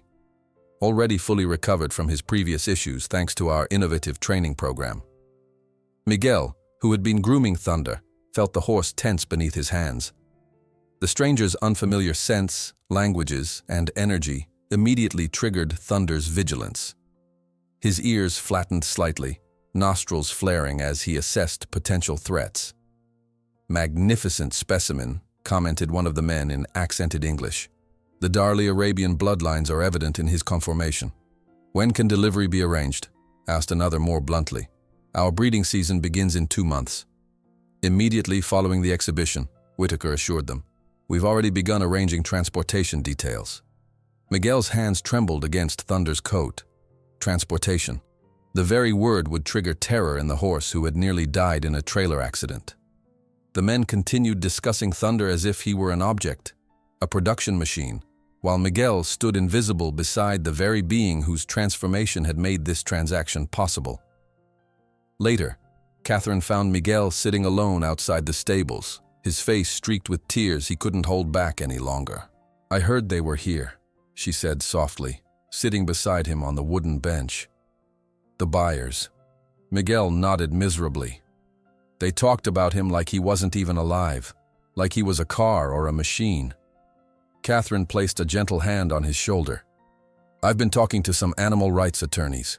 Unfortunately, as long as no abuse can be proven, Whitaker has every legal right to sell Thunder. Even if the transportation could traumatize him again, even if being confined would make him suffer. The law still views animals as property, Catherine explained sadly. Their emotional well-being isn't legally protected. As darkness fell over Churchill Downs, Miguel made his way to the small room above the storage barn that was now officially his residence. The space was bare but clean, a narrow bed, a small dresser, a tiny bathroom with a shower. More comfort than he'd known in 3 years, yet it felt like a prison cell. From his window he could see Thunder's isolated stable. A single security light illuminated the entrance, creating more shadows than clarity. Miguel watched as a night guard made his rounds, briefly checking the lock before moving on. The next morning, Miguel confronted Whitaker directly. He found the bourbon magnate in his private office, reviewing glossy brochures for the upcoming exhibition. Please, Miguel began, forcing himself to remain respectful despite his growing anger. Don't separate me from Thunder. He needs consistency, familiar people around him. Whitaker barely looked up from his papers. The horse will adapt to his new environment. They always do. But the transportation, after his accident, it could trigger all his trauma again. That's why we'll sedate him, Whitaker said dismissively. Standard procedure for international transport. Miguel's hands clenched at his sides. That would betray everything we've built. Thunder trusts me because I've never tricked him. For the first time, Whitaker gave Miguel his full attention, setting down his papers and fixing the boy with a cold stare. Let me be perfectly clear. This isn't a consultation, it's a notification. Thunder will be presented and transported in whatever manner maximizes his value and minimizes risk. He's not just an investment, Miguel protested, his voice rising despite his efforts to stay calm. He has feelings, memories. Enough! Whitaker cut him off sharply. You seem to have forgotten your place in this arrangement. I took you in, gave you purpose, a roof over your head. You are here at my pleasure, and that can change instantly. The threat hung between them, its implications crystal clear. Understand this, Whitaker continued, his voice dropping to a dangerous quietness. You two are property's mine now. I'm your savior, boy, and don't you forget it. The words landed like physical blows. Miguel stared at the man who controlled both his fate and Thunder's, seeing clearly for the first time the cold calculation behind every generous action. As Miguel turned to leave, Whitaker called after him. The exhibition is in 3 days. I expect both of you to perform flawlessly. Whatever methods you've been using, whatever connection you've established, use it to show these buyers they're getting their money's worth. Outside in the bright Kentucky sunshine, Miguel leaned against the stable wall, struggling to breathe through the tightness in his chest. Thunder was being sold in 3 days. There was nothing he could legally do to prevent it. Or was there? As Miguel walked slowly back toward Thunder's stall, his mind began forming the outline of a desperate plan. If the law viewed animals as property without rights, then perhaps the only answer was to operate outside the law. To save Thunder, he might have to risk everything, including his own freedom. In the madrugada before the grand exhibition, while employees slept and security guards made lazy rounds, 3 figures moved silently through the dark stables. Catherine with her professional camera documenting everything, Sarah with a thick folder of documents, and Ellen Parker with the keys to her pickup truck and horse trailer parked discreetly on the secondary road, away from Whitaker's vigilant eyes. The dawn light crept over Churchill Downs, painting the iconic twin spires in gold while the rest of the world still slumbered. Miguel hadn't slept at all. The past 48 hours had been a whirlwind of whispered plans, clandestine meetings, and heart-pounding anxiety. Now, as exhibition day finally arrived, he felt strangely calm, the peculiar stillness that comes with absolute certainty. Ready? Catherine asked, adjusting her press credentials as they watched caterers unloading trays of champagne flutes from gleaming vans. Miguel nodded. Thunder is ready too. He knows something important is happening today. It wasn't just imagination. All morning, Thunder had been unusually alert, his eyes following Miguel's movements with an intensity that seemed almost prescient. When Miguel had whispered their plans in Spanish, words no one else around them could understand, the massive horse had stood perfectly still, ears pricked forward, as if absorbing every syllable. By mid-morning, Churchill Downs had transformed into a showcase of opulence. White pavilions with flowing silk draperies stood where normally dusty training rings hosted everyday workouts. Florists arranged exotic orchids and roses into dramatic displays. Waitstaff in formal attire practiced their synchronized service. Security personnel with earpieces and dark suits established perimeters, checking credentials with rigid precision. Miguel watched it all from Thunder's stall, his stomach twisting as he recognized faces from news programs and magazines. Oil barons, tech billionaires, Middle Eastern royalty, all gathered to bid on the miracle horse and, by extension, the miracle method. "They're expecting quite a show," said Joe, appearing beside Miguel with Thunder's special grooming brushes. "Whitaker's been bragging that you'll demonstrate commands no one's ever seen before." Miguel's hand rested on Thunder's powerful shoulder, feeling the slight tremor beneath the gleaming coat. The horse's anxiety was palpable but controlled, a vast improvement from the violent terror of their first meetings, yet still concerning. "We'll show them something they've never seen before," Miguel confirmed, meeting Joe's eyes with quiet determination. "Just not what they're expecting." Joe studied the boy's face, understanding dawning in his weathered features. "Be careful, son. Men like Whitaker don't take kindly to having their plans disrupted."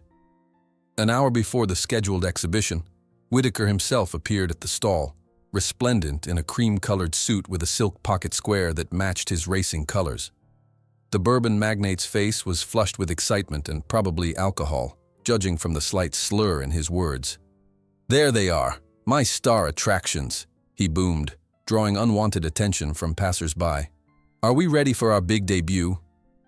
Thunder's ears flattened at the loud voice, his massive body shifting uneasily. Miguel stepped slightly in front of the horse, creating a barrier between Thunder and the source of his discomfort. "Mr. Whitaker," Miguel said quietly, "could we talk privately about the demonstration?"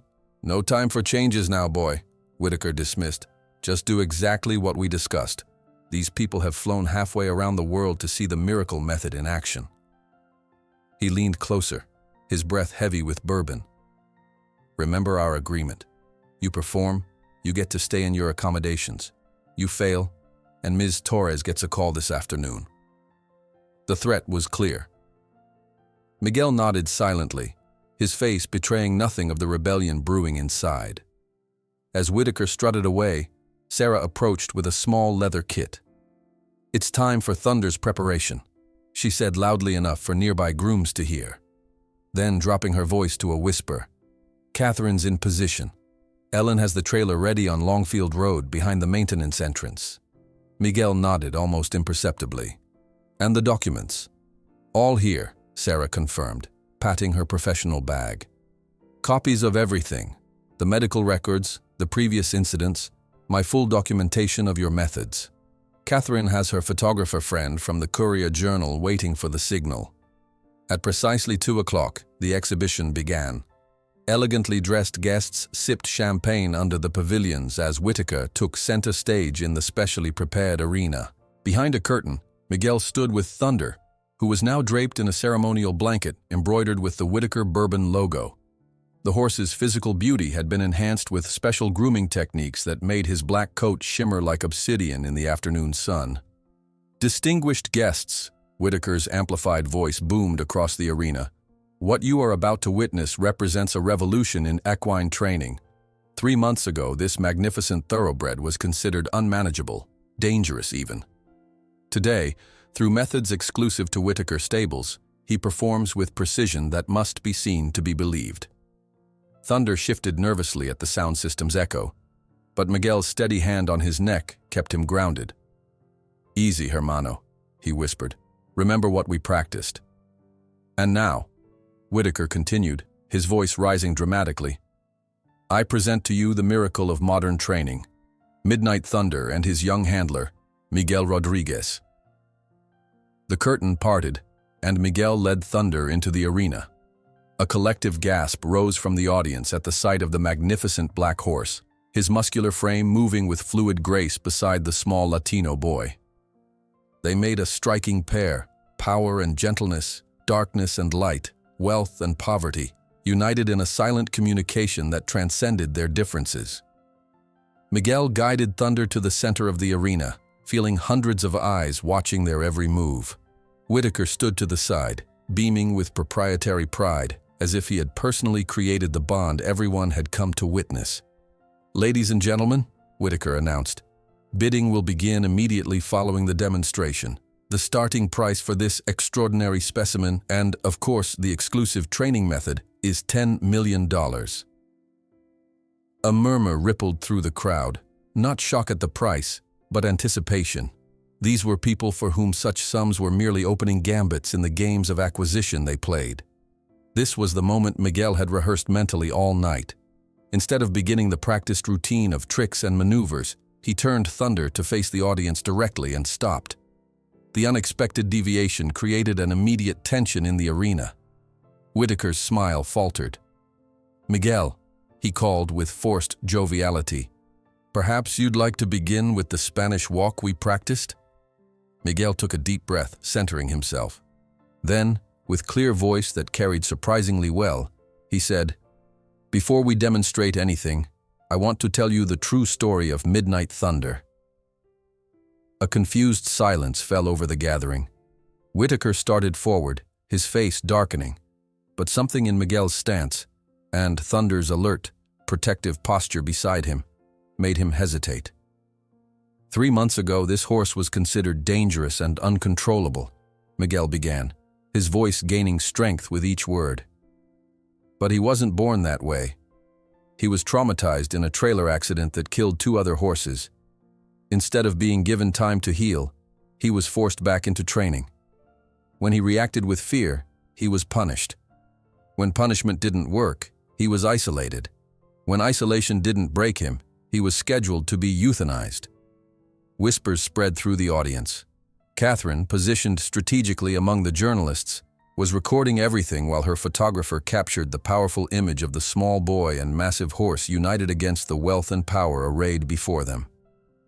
"Thunder isn't dangerous," Miguel continued. He was terrified. The same way any of us would be if we survived a traumatic accident and then were punished for our fear. Whitaker finally found his voice. "That's enough," he snapped, striding toward Miguel. "This isn't what these people came to see." "Actually," called out a woman in elegant riding clothes, "I find this quite enlightening. Please continue, young man." Emboldened, Miguel spoke directly to the audience. "The miracle method Mr. Whitaker wants to sell you doesn't exist. There's no secret technique. I just showed Thunder respect. I gave him time. I listened to what he was trying to tell us through his fear." As he spoke, Sarah moved quietly through the crowd, distributing slim folders to key journalists and industry representatives. Catherine's photographer captured the moment perfectly, the small boy speaking truth to power while the wealthy gathered to commodify a relationship they couldn't begin to understand. "What you're witnessing isn't ownership or control," Miguel continued, his hand steady on Thunder's neck. "It's partnership. Thunder chooses to work with me because I've never betrayed his trust, something that would be destroyed by the sedation planned for his transport overseas." At this revelation, several of the Arab buyers exchanged troubled glances. Sedating valuable breeding stock during transport was considered risky and often resulted in reduced fertility, a fact Whitaker had apparently not disclosed. "That's a damned lie," Whitaker exploded, his carefully cultivated image cracking under pressure. "Security, remove this boy immediately." 2 guards moved forward reluctantly, clearly uncomfortable with the optics of forcibly removing a child from the arena. As they approached, Thunder responded to Miguel's invisible cue, positioning himself protectively between the boy and the advancing men. The horse didn't show aggression, merely stood as an immovable barrier, his powerful presence a statement that needed no translation. Ellen Parker chose this moment to rise from her seat among the spectators. "I have a proposal," she announced in a clear, steady voice that commanded attention despite its lack of volume. "I offer Thunder a true home at Parker Meadows Farm, 20 acres of open pasture, a stable built for comfort rather than confinement, and a lifetime free from exploitation." The unexpected intervention created a ripple of murmurs through the crowd. Whitaker's face flushed purple with rage. "This exhibition is over," he snarled, gesturing frantically to his security team. "Remove them all, now."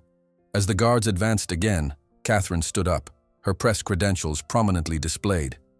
"Randall Whitaker," she called out, her journalist's voice projecting effortlessly. "Would you care to comment on the documentation we've uncovered regarding the euthanasia of 3 other problem horses in your stables over the past 2 years? Or the veterinary records suggesting performance-enhancing substances were used in your Derby contender last season?" The arena erupted in chaos. Journalists shouting questions, buyers demanding explanations, security personnel looking to Whitaker for direction that his shock-frozen face couldn't provide. In the confusion, Miguel guided Thunder toward the exit, where Sarah waited with the gate unlatched. As they moved through the gathering crowd, something extraordinary happened. Stable hands, exercise riders, grooms, and even some of the less prestigious trainers began to form a human corridor, protecting their path to freedom. "Go on, son," Joe Williams said softly as they passed. "That horse deserves better than becoming a breeding machine." The image of a small Latino boy leading a magnificent black thoroughbred through a corridor of working-class stable staff, all defying the wealthy power structure they depended on for their livelihoods, became the defining photograph on front pages across the country the next morning. The powerful image of a small Latino boy standing beside a magnificent black horse that refused to let him be taken away exploded on social networks in real time. While Whitaker shouted orders that went ignored, his phone rang insistently. It was his lawyer, warning that the American Thoroughbred Breeders Association had just announced a formal investigation into his practices, and CNN was on the line wanting comments about the video that had already surpassed 1 million views in less than an hour. Whitaker's phone continued to ring as the chaos unfolded across the exhibition grounds. His face, normally flushed with bourbon and confidence, had drained to an ashen gray.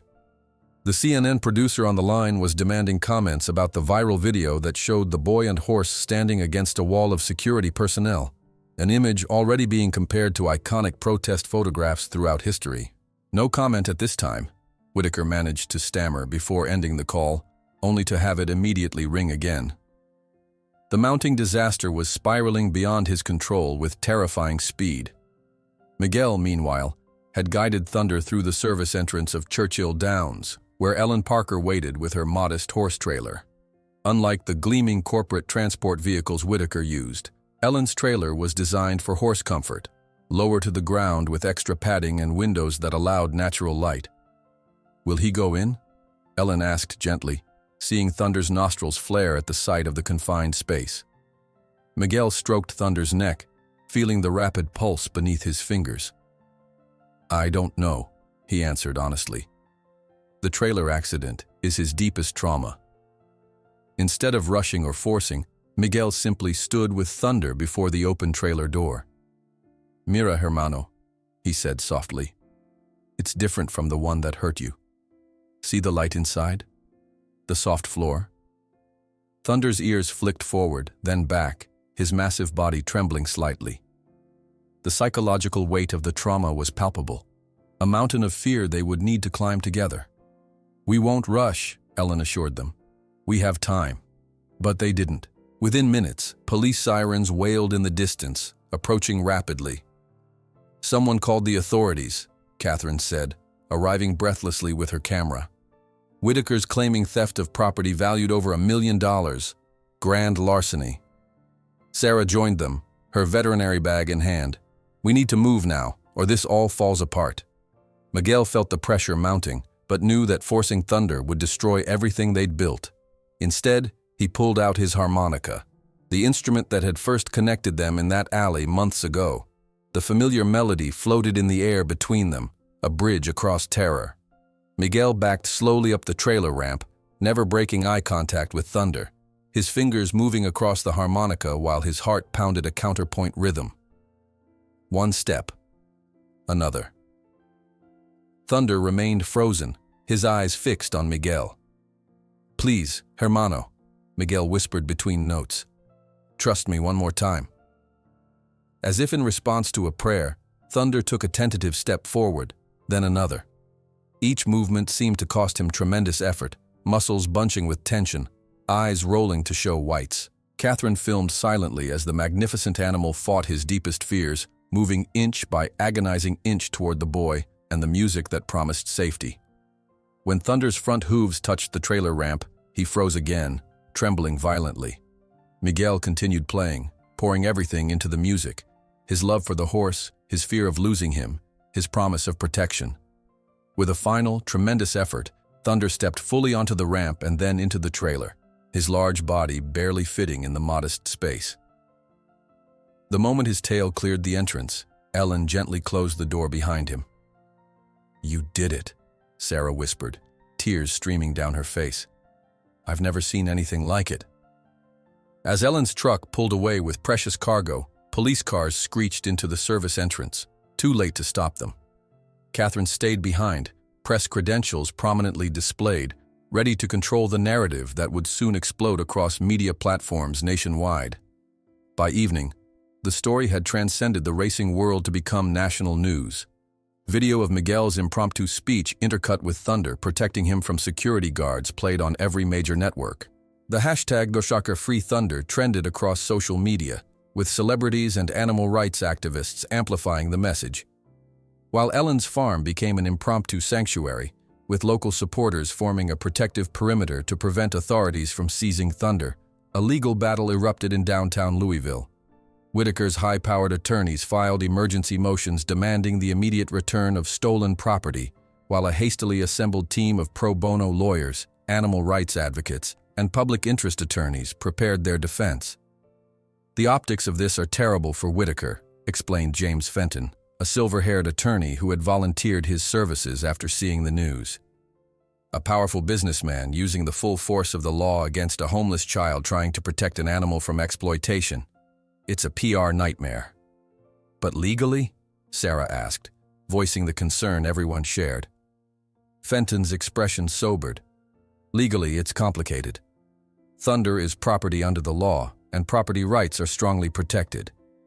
Our best angle is to focus on potential animal welfare violations and the public interest in preventing cruelty." The following morning, a preliminary hearing was scheduled before Judge Marion Hawkins, a no-nonsense jurist known for her impartiality. The Louisville courthouse steps became the site of an impromptu demonstration, with dozens of supporters holding signs reading "Horses are not machines" and "Justice for Thunder and Miguel." Inside the packed courtroom, Whitaker sat with his legal team, his normally commanding presence diminished by the events of the past 24 hours. Across the aisle, Miguel, dressed in clean but simple clothes provided by Ellen, sat beside Sarah, Catherine, and their volunteer attorneys. "Your Honor," began Whitaker's lead counsel, "this case is quite straightforward. My client's valuable property was taken without permission. The animal in question is worth millions of dollars and represents significant investment. We request immediate return of the property and appropriate charges against those responsible." Judge Hawkins, a woman in her 60s with penetrating eyes, turned to Fenton. "Counsel, how do you respond to these allegations?" Fenton rose slowly. "Your Honor, this is not a simple property dispute. This is a case about the welfare of a sentient being and the extraordinary bond between that being and the child who rehabilitated him." For the next hour, Sarah presented her extensive documentation of Miguel's work with Thunder, including before and after assessments of the horse's psychological state. Catherine submitted testimony from former Whitaker employees about the fate of other problematic horses. Ellen Parker formally offered her farm as a permanent sanctuary for Thunder, with supervised visitation rights for Miguel, even if his immigration status eventually forced relocation.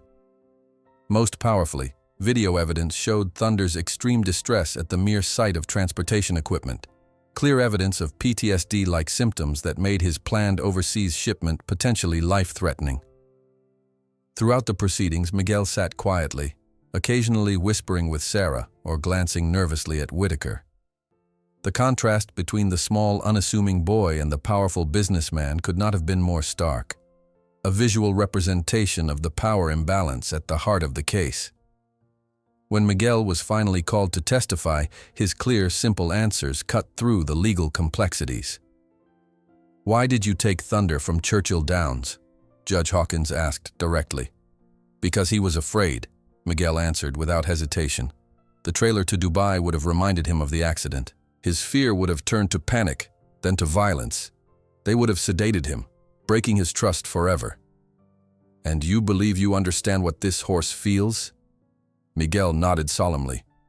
"Animals speak a language of truth if you listen. Thunder and I understand each other because we've both lost everything once before." As the hearing continued into afternoon, reporters scribbled furiously, capturing every moment of the unusual proceedings. Outside, the crowd of supporters had grown, joined now by Churchill Downs employees, grooms, exercise riders, and maintenance staff who had witnessed Miguel's work firsthand. Joe Williams, still in his work clothes, gave impromptu interviews on the courthouse steps. "That boy did what veterinarians and professional trainers couldn't do," he told reporters. "He saw the horse as a being with feelings, not just a machine for making money." Back inside, Judge Hawkins listened as final arguments were presented. Whitaker's attorney emphasized property rights and contracts, while Fenton focused on the moral and ethical dimensions of the case, arguing that the court had an obligation to consider Thunder's welfare.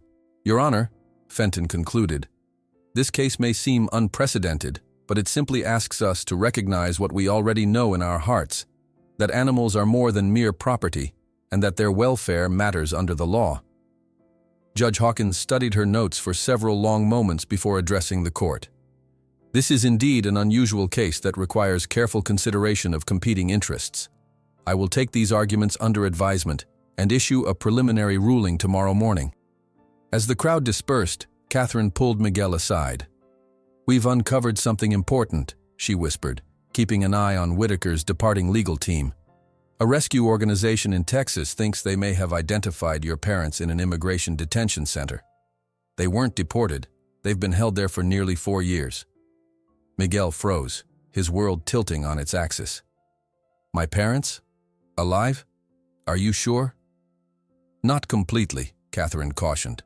"But the details match. Their names, their country of origin, the timing of their disappearance. The organization has requested verification photos to show you." That night, Miguel barely slept, his mind cycling between hope for Thunder's future and the almost incomprehensible possibility that his parents might still be alive, caught in the labyrinthine immigration system rather than deported as he had feared. At Ellen's farm, he spent hours with Thunder, the great horse unusually gentle, as if sensing Miguel's emotional turmoil. Under the Kentucky stars, boy and horse stood together in the paddock, their breath creating twin clouds in the cool night air. "My parents might be alive," Miguel whispered, his forehead pressed against Thunder's warm neck. "After all this time, hermano. Can you imagine?" Thunder sighed deeply, his body shifting slightly to support Miguel's weight against him, a gesture of comfort that needed no translation. The following morning, as they prepared to return to the courthouse, Ellen received an unexpected call. Her expression changed from concern to surprise as she listened, finally handing the phone to James Fenton with raised eyebrows. "It's Whitaker's lawyer," she mouthed silently. Fenton listened intently, his professional poker face revealing nothing until the call ended. When he finally spoke, his voice held cautious optimism. "Whitaker wants to discuss a settlement," he announced to the room. "It seems the combination of public pressure, potential investigations into his racing practices, and the impact on his bourbon brand's reputation has him reconsidering his position." "What kind of settlement?" Sarah asked skeptically. "That's what we need to find out," Fenton replied. "But it's a significant shift from yesterday's hardline stance." As they drove toward the courthouse, Miguel stared out the window at the Kentucky countryside, his young mind grappling with forces far beyond his control: immigration authorities, legal systems, powerful men like Whitaker whose wealth allowed them to shape reality itself. The courthouse steps were even more crowded than the previous day, with national news crews now setting up alongside local media. Signs and banners supporting Thunder and Miguel created a colorful backdrop to the serious legal proceedings about to unfold. Just as they reached the entrance, Fenton received another call that made him stop in his tracks. After a brief conversation, he turned to the group with stunned expression. An organization of immigrant rights in El Paso has identified possible parents of Miguel Rodriguez in a detention center in Texas. They weren't deported, but have been detained for 4 years. The news about Miguel's parents sent shockwaves through the courthouse steps. Catherine immediately wrapped a protective arm around Miguel's shoulders as the boy's knees threatened to buckle beneath him. 4 years, not deported, but detained. The revelation upended everything Miguel had believed about his family's fate. "Are they really alive?" Miguel whispered, his voice barely audible above the courthouse commotion. "My mama and papa?" Catherine nodded, her journalist's instinct for verification momentarily set aside in the face of the boy's raw emotion. The immigration rights group has been tracking detention cases.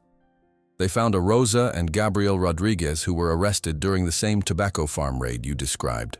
The timeline matches perfectly.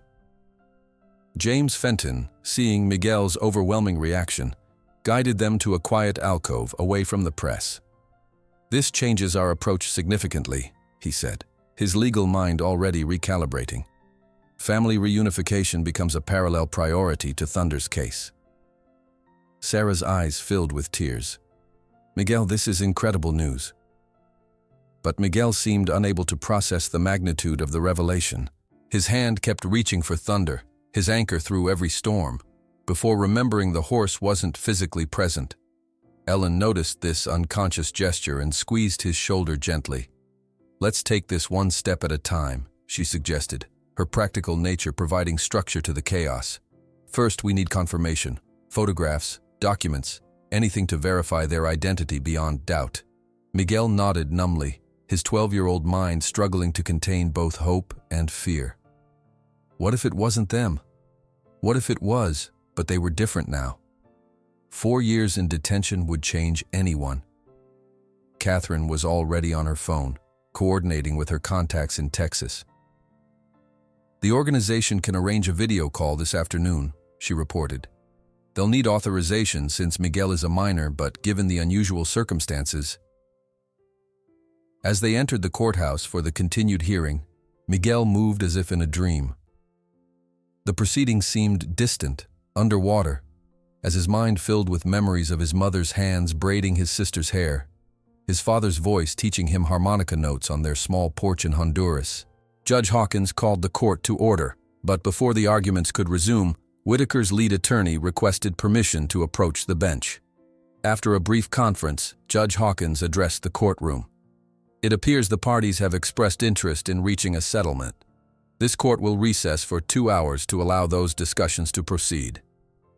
The announcement sent reporters rushing from the room while both legal teams gathered in separate conference areas. Miguel found himself in a wood-paneled meeting room, surrounded by his growing circle of advocates.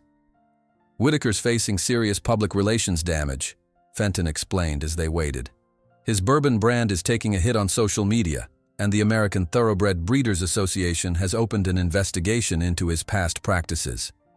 Not to mention the Racing Commission's interest in those doping allegations," Sarah added.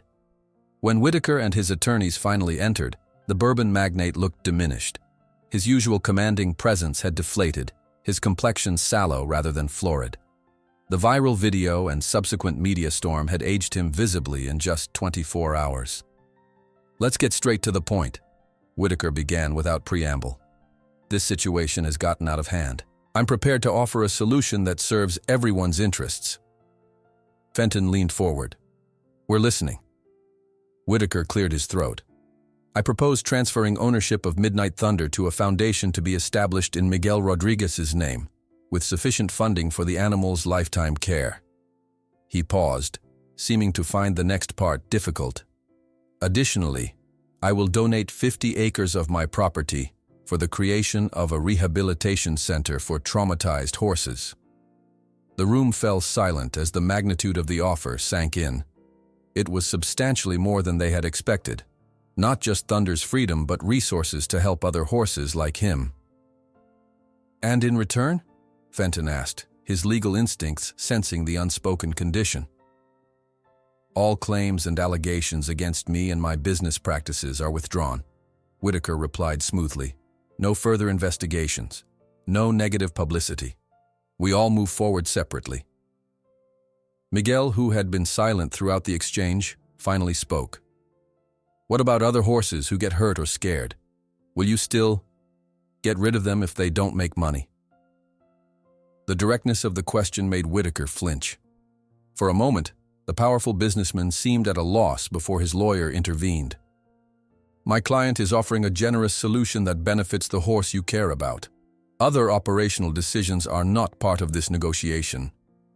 Catherine opened her mouth to object, but Ellen touched her arm gently, a silent reminder that they needed to focus on what they could actually win. Fenton, sensing the impasse, suggested a brief break for both sides to confer privately.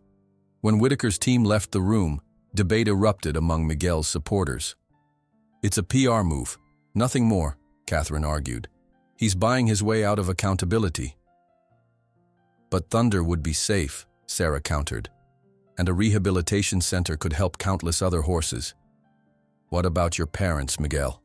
Ellen asked gently. "If we accept this settlement, we can focus all our resources on reuniting you with them." Miguel closed his eyes, picturing Thunder in the paddock at Ellen's farm, finally free from fear and exploitation. Then he imagined his parents, trapped in some facility for 4 long years, perhaps thinking he had forgotten them or believing he had been deported to Honduras without them. "The foundation," he said finally, opening his eyes. "Could it help other people too? Kids like me who get separated?" The question revealed the remarkable compassion that had drawn Thunder to him in the first place. This ability to think beyond his own pain even when drowning in it.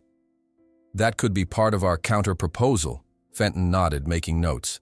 "A dual-purpose foundation supporting both traumatized horses and resources for immigrant families seeking reunification." When negotiations resumed, Whitaker seemed surprised by the counteroffer but eventually conceded, perhaps recognizing that the additional humanitarian element would only enhance the redemptive narrative he was trying to craft for himself. By late afternoon, the framework of an agreement had been drafted. Thunder would belong to the newly created Midnight Thunder Foundation, with Ellen Parker serving as interim guardian. Miguel would have permanent visiting rights regardless of his immigration status. Whitaker would donate both land and financial resources to establish the rehabilitation center, which would include an educational component focused on humane training methods. As the documents were being finalized, Catherine received the call they had been waiting for. The immigration advocacy group in Texas was ready for the video conference with the detained couple. Miguel's hands trembled as the laptop was set up in a private room of the courthouse. Ellen and Sarah flanked him like protective angels, while Catherine managed the technical arrangements. The screen flickered, showing a sterile room with off-white walls. Then suddenly 2 faces appeared, thinner and grayer than in Miguel's memories, but unmistakably his parents. "Miguel? Mijo, eres tú?" His mother's voice broke on the words, her hands reaching toward the screen as if she could touch him across the digital divide. "Mama," Miguel whispered, his own hand instinctively extending toward the screen. "Papa." For several moments, no one spoke, the family simply drinking in the sight of each other after 4 years of separation and uncertainty. Rosa Rodriguez had new lines around her eyes, and Gabriel's formerly black hair now showed streaks of gray, but their expressions of love remained unchanged. "We thought," his father began, then stopped, overcome with emotion. "They told us you had been placed with relatives. We tried to tell them we had no family here, but no one listened." "I hid," Miguel explained, words tumbling out in a mix of Spanish and English. "In the drainage pipe, like you told me. Then I looked for you everywhere. The officials said you were deported. Rosa wiped tears from her cheeks.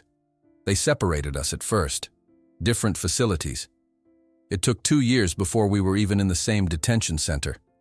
The lawyers keep filing appeals, but the system, it's like a maze with no exit. Through tears and fractured explanations, the family began to piece together the puzzle of their separation.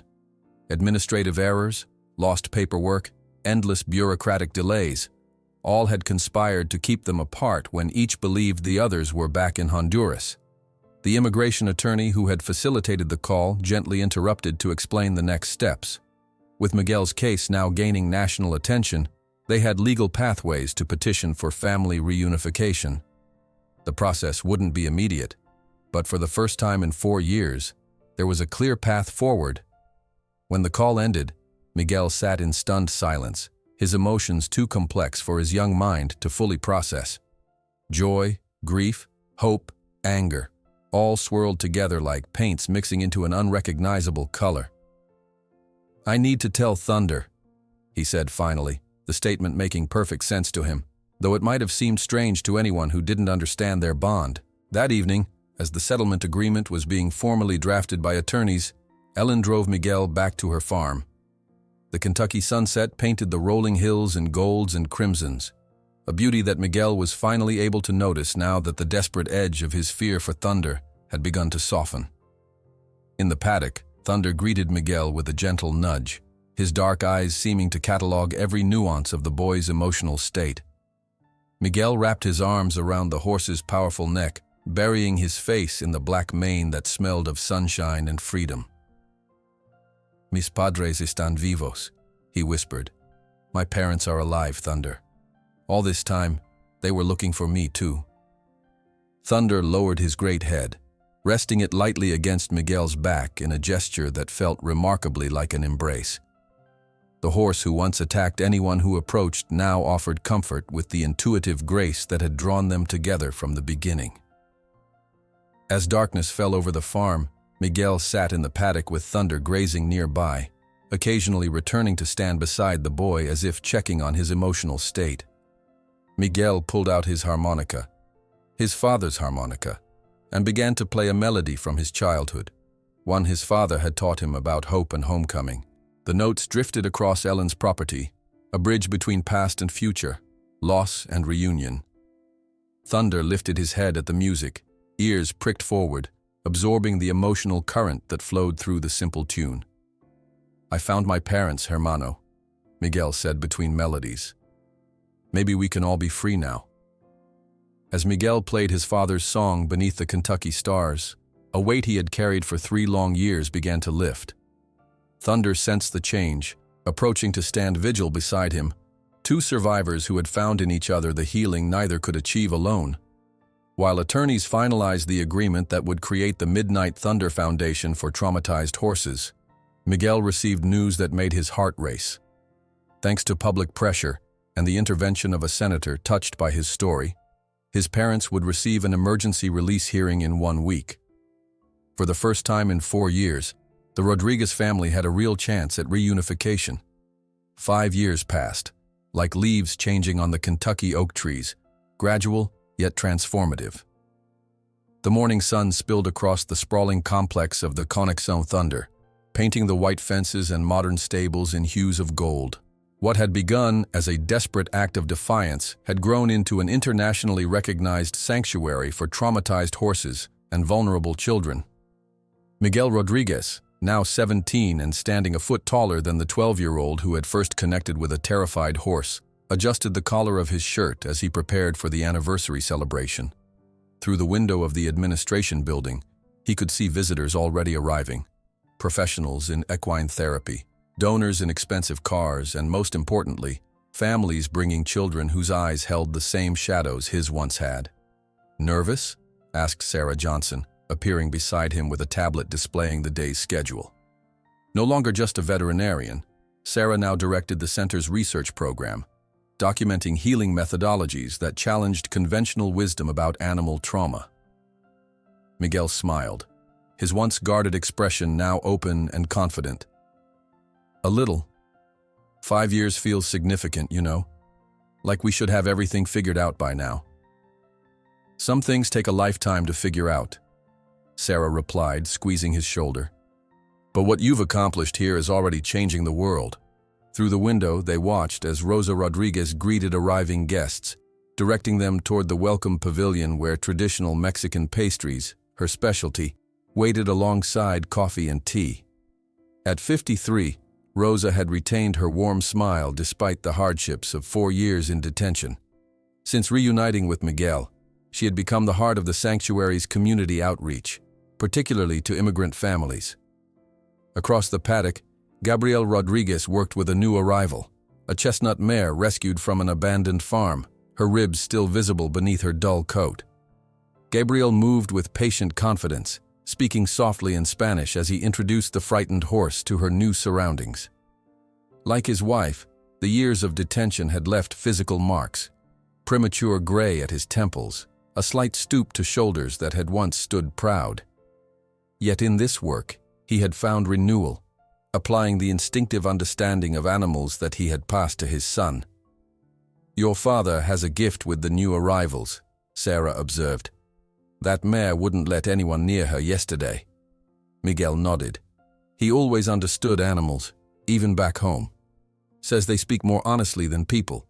The bond between father and son had deepened through their shared work, healing the awkwardness of their initial reunion when both had been strangers to each other after 4 years apart. Working with traumatized horses had given them a language beyond words, a way to rebuild their relationship through shared purpose. The sound of a truck approaching drew Miguel's attention. Ellen Parker, now 78 but still sharp as Kentucky bluegrass, was returning from town with the last supplies for the celebration. Though she had officially retired 2 years ago, Ellen remained the sanctuary's guiding spirit, her farm having expanded into the cornerstone of what was now a 100-acre complex. "You should get ready for your presentation," Sarah reminded him. "Catherine's already setting up the media area." Catherine Hensley, whose coverage of Thunder's story had earned her a Pulitzer nomination, had remained a steadfast ally. Now the environmental editor for a major national publication, she still devoted significant coverage to animal welfare issues, using the Conexión Thunder as a model for what was possible when compassion guided policy. Miguel headed toward the residential barn where he and his parents now lived in a comfortable apartment above the administrative offices. As he crossed the property, staff members and volunteers greeted him with the easy familiarity that characterized the sanctuary's atmosphere. What had begun as Miguel's personal mission had grown into a community bound together by shared values. In his room, Miguel changed into the clothes he'd selected for the presentation: dark jeans, polished boots, and a simple blue shirt. No logos, no branding. A deliberate choice that reflected the sanctuary's philosophy of authenticity over image. On his desk sat a framed photograph, 12-year-old Miguel sitting beside Thunder in the early days at Ellen's farm, both looking somewhat battered but defiant. Beside it lay his father's harmonica, the silver worn smooth by years of handling. Miguel picked it up, running his fingers over the familiar contours. This small instrument had been the bridge between worlds, between him and Thunder, between his past and future, between isolation and connection. A soft nickering sound drew him to the window. In the special paddock directly behind the residential barn, Midnight Thunder grazed peacefully. Now 13 years old, the once terrified horse had developed a regal presence. His black coat, though flecked with gray around his muzzle and eyes, still gleamed in the sunlight. When he sensed Miguel watching, he lifted his head, ears pricked forward in recognition. Miguel tucked the harmonica into his pocket and headed downstairs, drawn as always to the magnetic presence of the horse who had changed his life. "There's my old friend," Miguel said softly as he approached the paddock fence. Thunder immediately walked over, his movement still fluid despite his advancing years. The horse extended his neck over the fence, gently pressing his muzzle against Miguel's chest, their enduring ritual of greeting. "Today's the big celebration," Miguel continued, speaking in the mixture of English and Spanish that had become their private language. 5 years since we started this place. Remember how it was just Ellen's little barn at first? Thunder's ears flicked attentively, his dark eyes fixed on Miguel's face. After 5 years together, their communication had developed a nuance that still astonished visitors. The horse seemed to process not just Miguel's words but the emotional currents beneath them. "I'm a little nervous about speaking to everyone," Miguel admitted, stroking the white star between Thunder's eyes, the only mark on his otherwise black coat.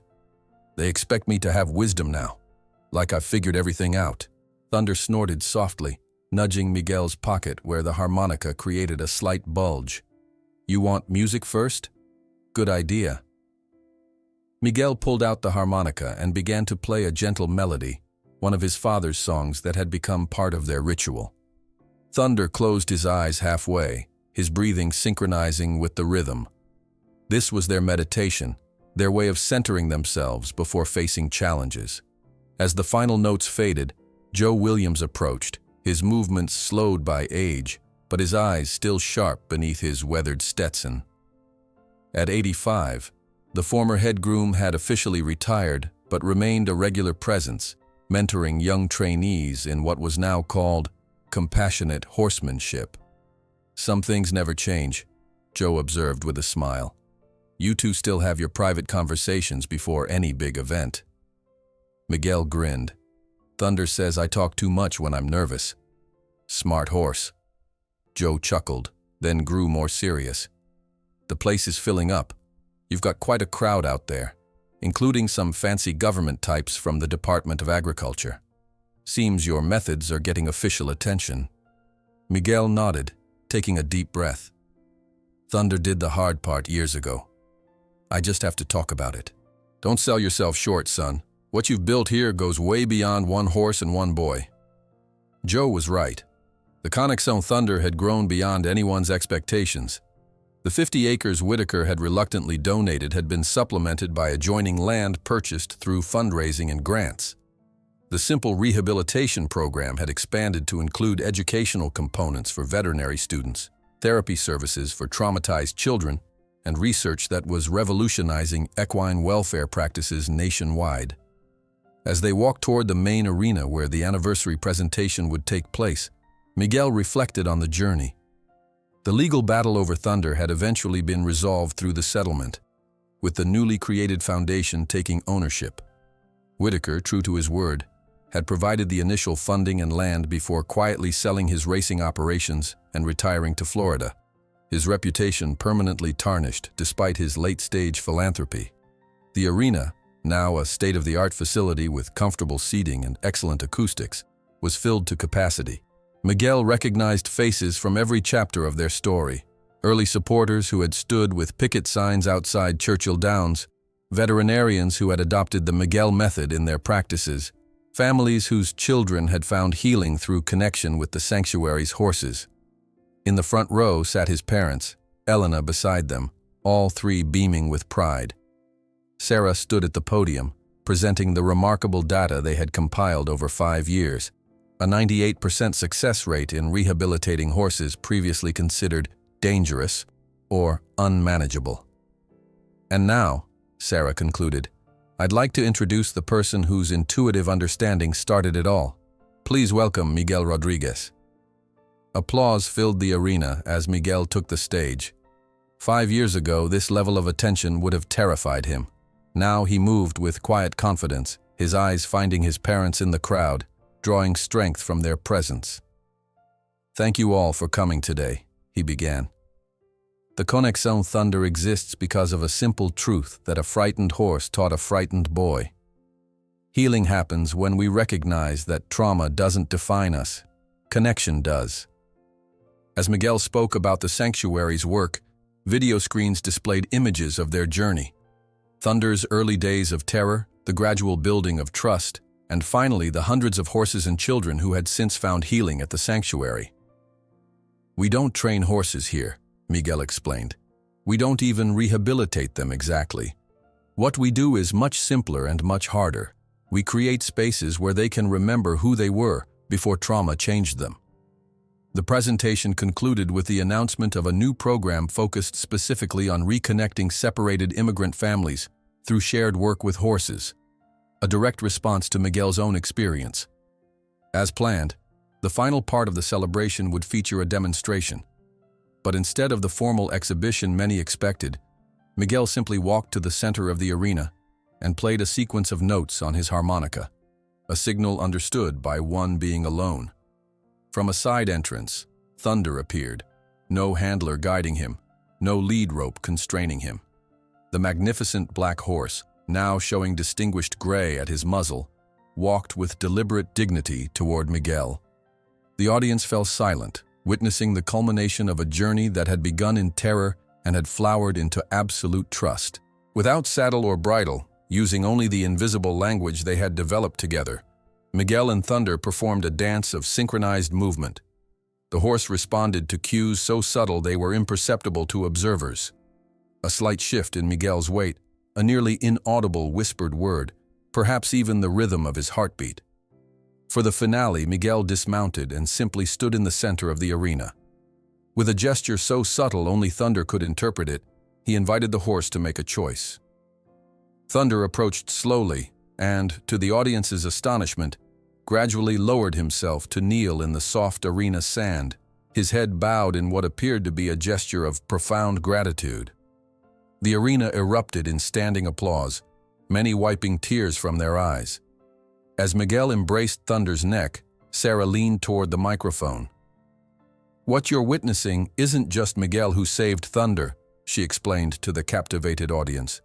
"They saved each other, and in the process, they showed us a fundamental truth, that the deepest healing happens when we recognize our shared vulnerability." While the audience continued applauding, Miguel whispered words that only Thunder could hear. "We are free now, hermano. Completely free." The setting sun cast a golden glow over both, the young man who had found purpose and the horse who had rediscovered trust. Two souls once broken who, together, had found not just healing, but a form of wholeness neither could have achieved alone.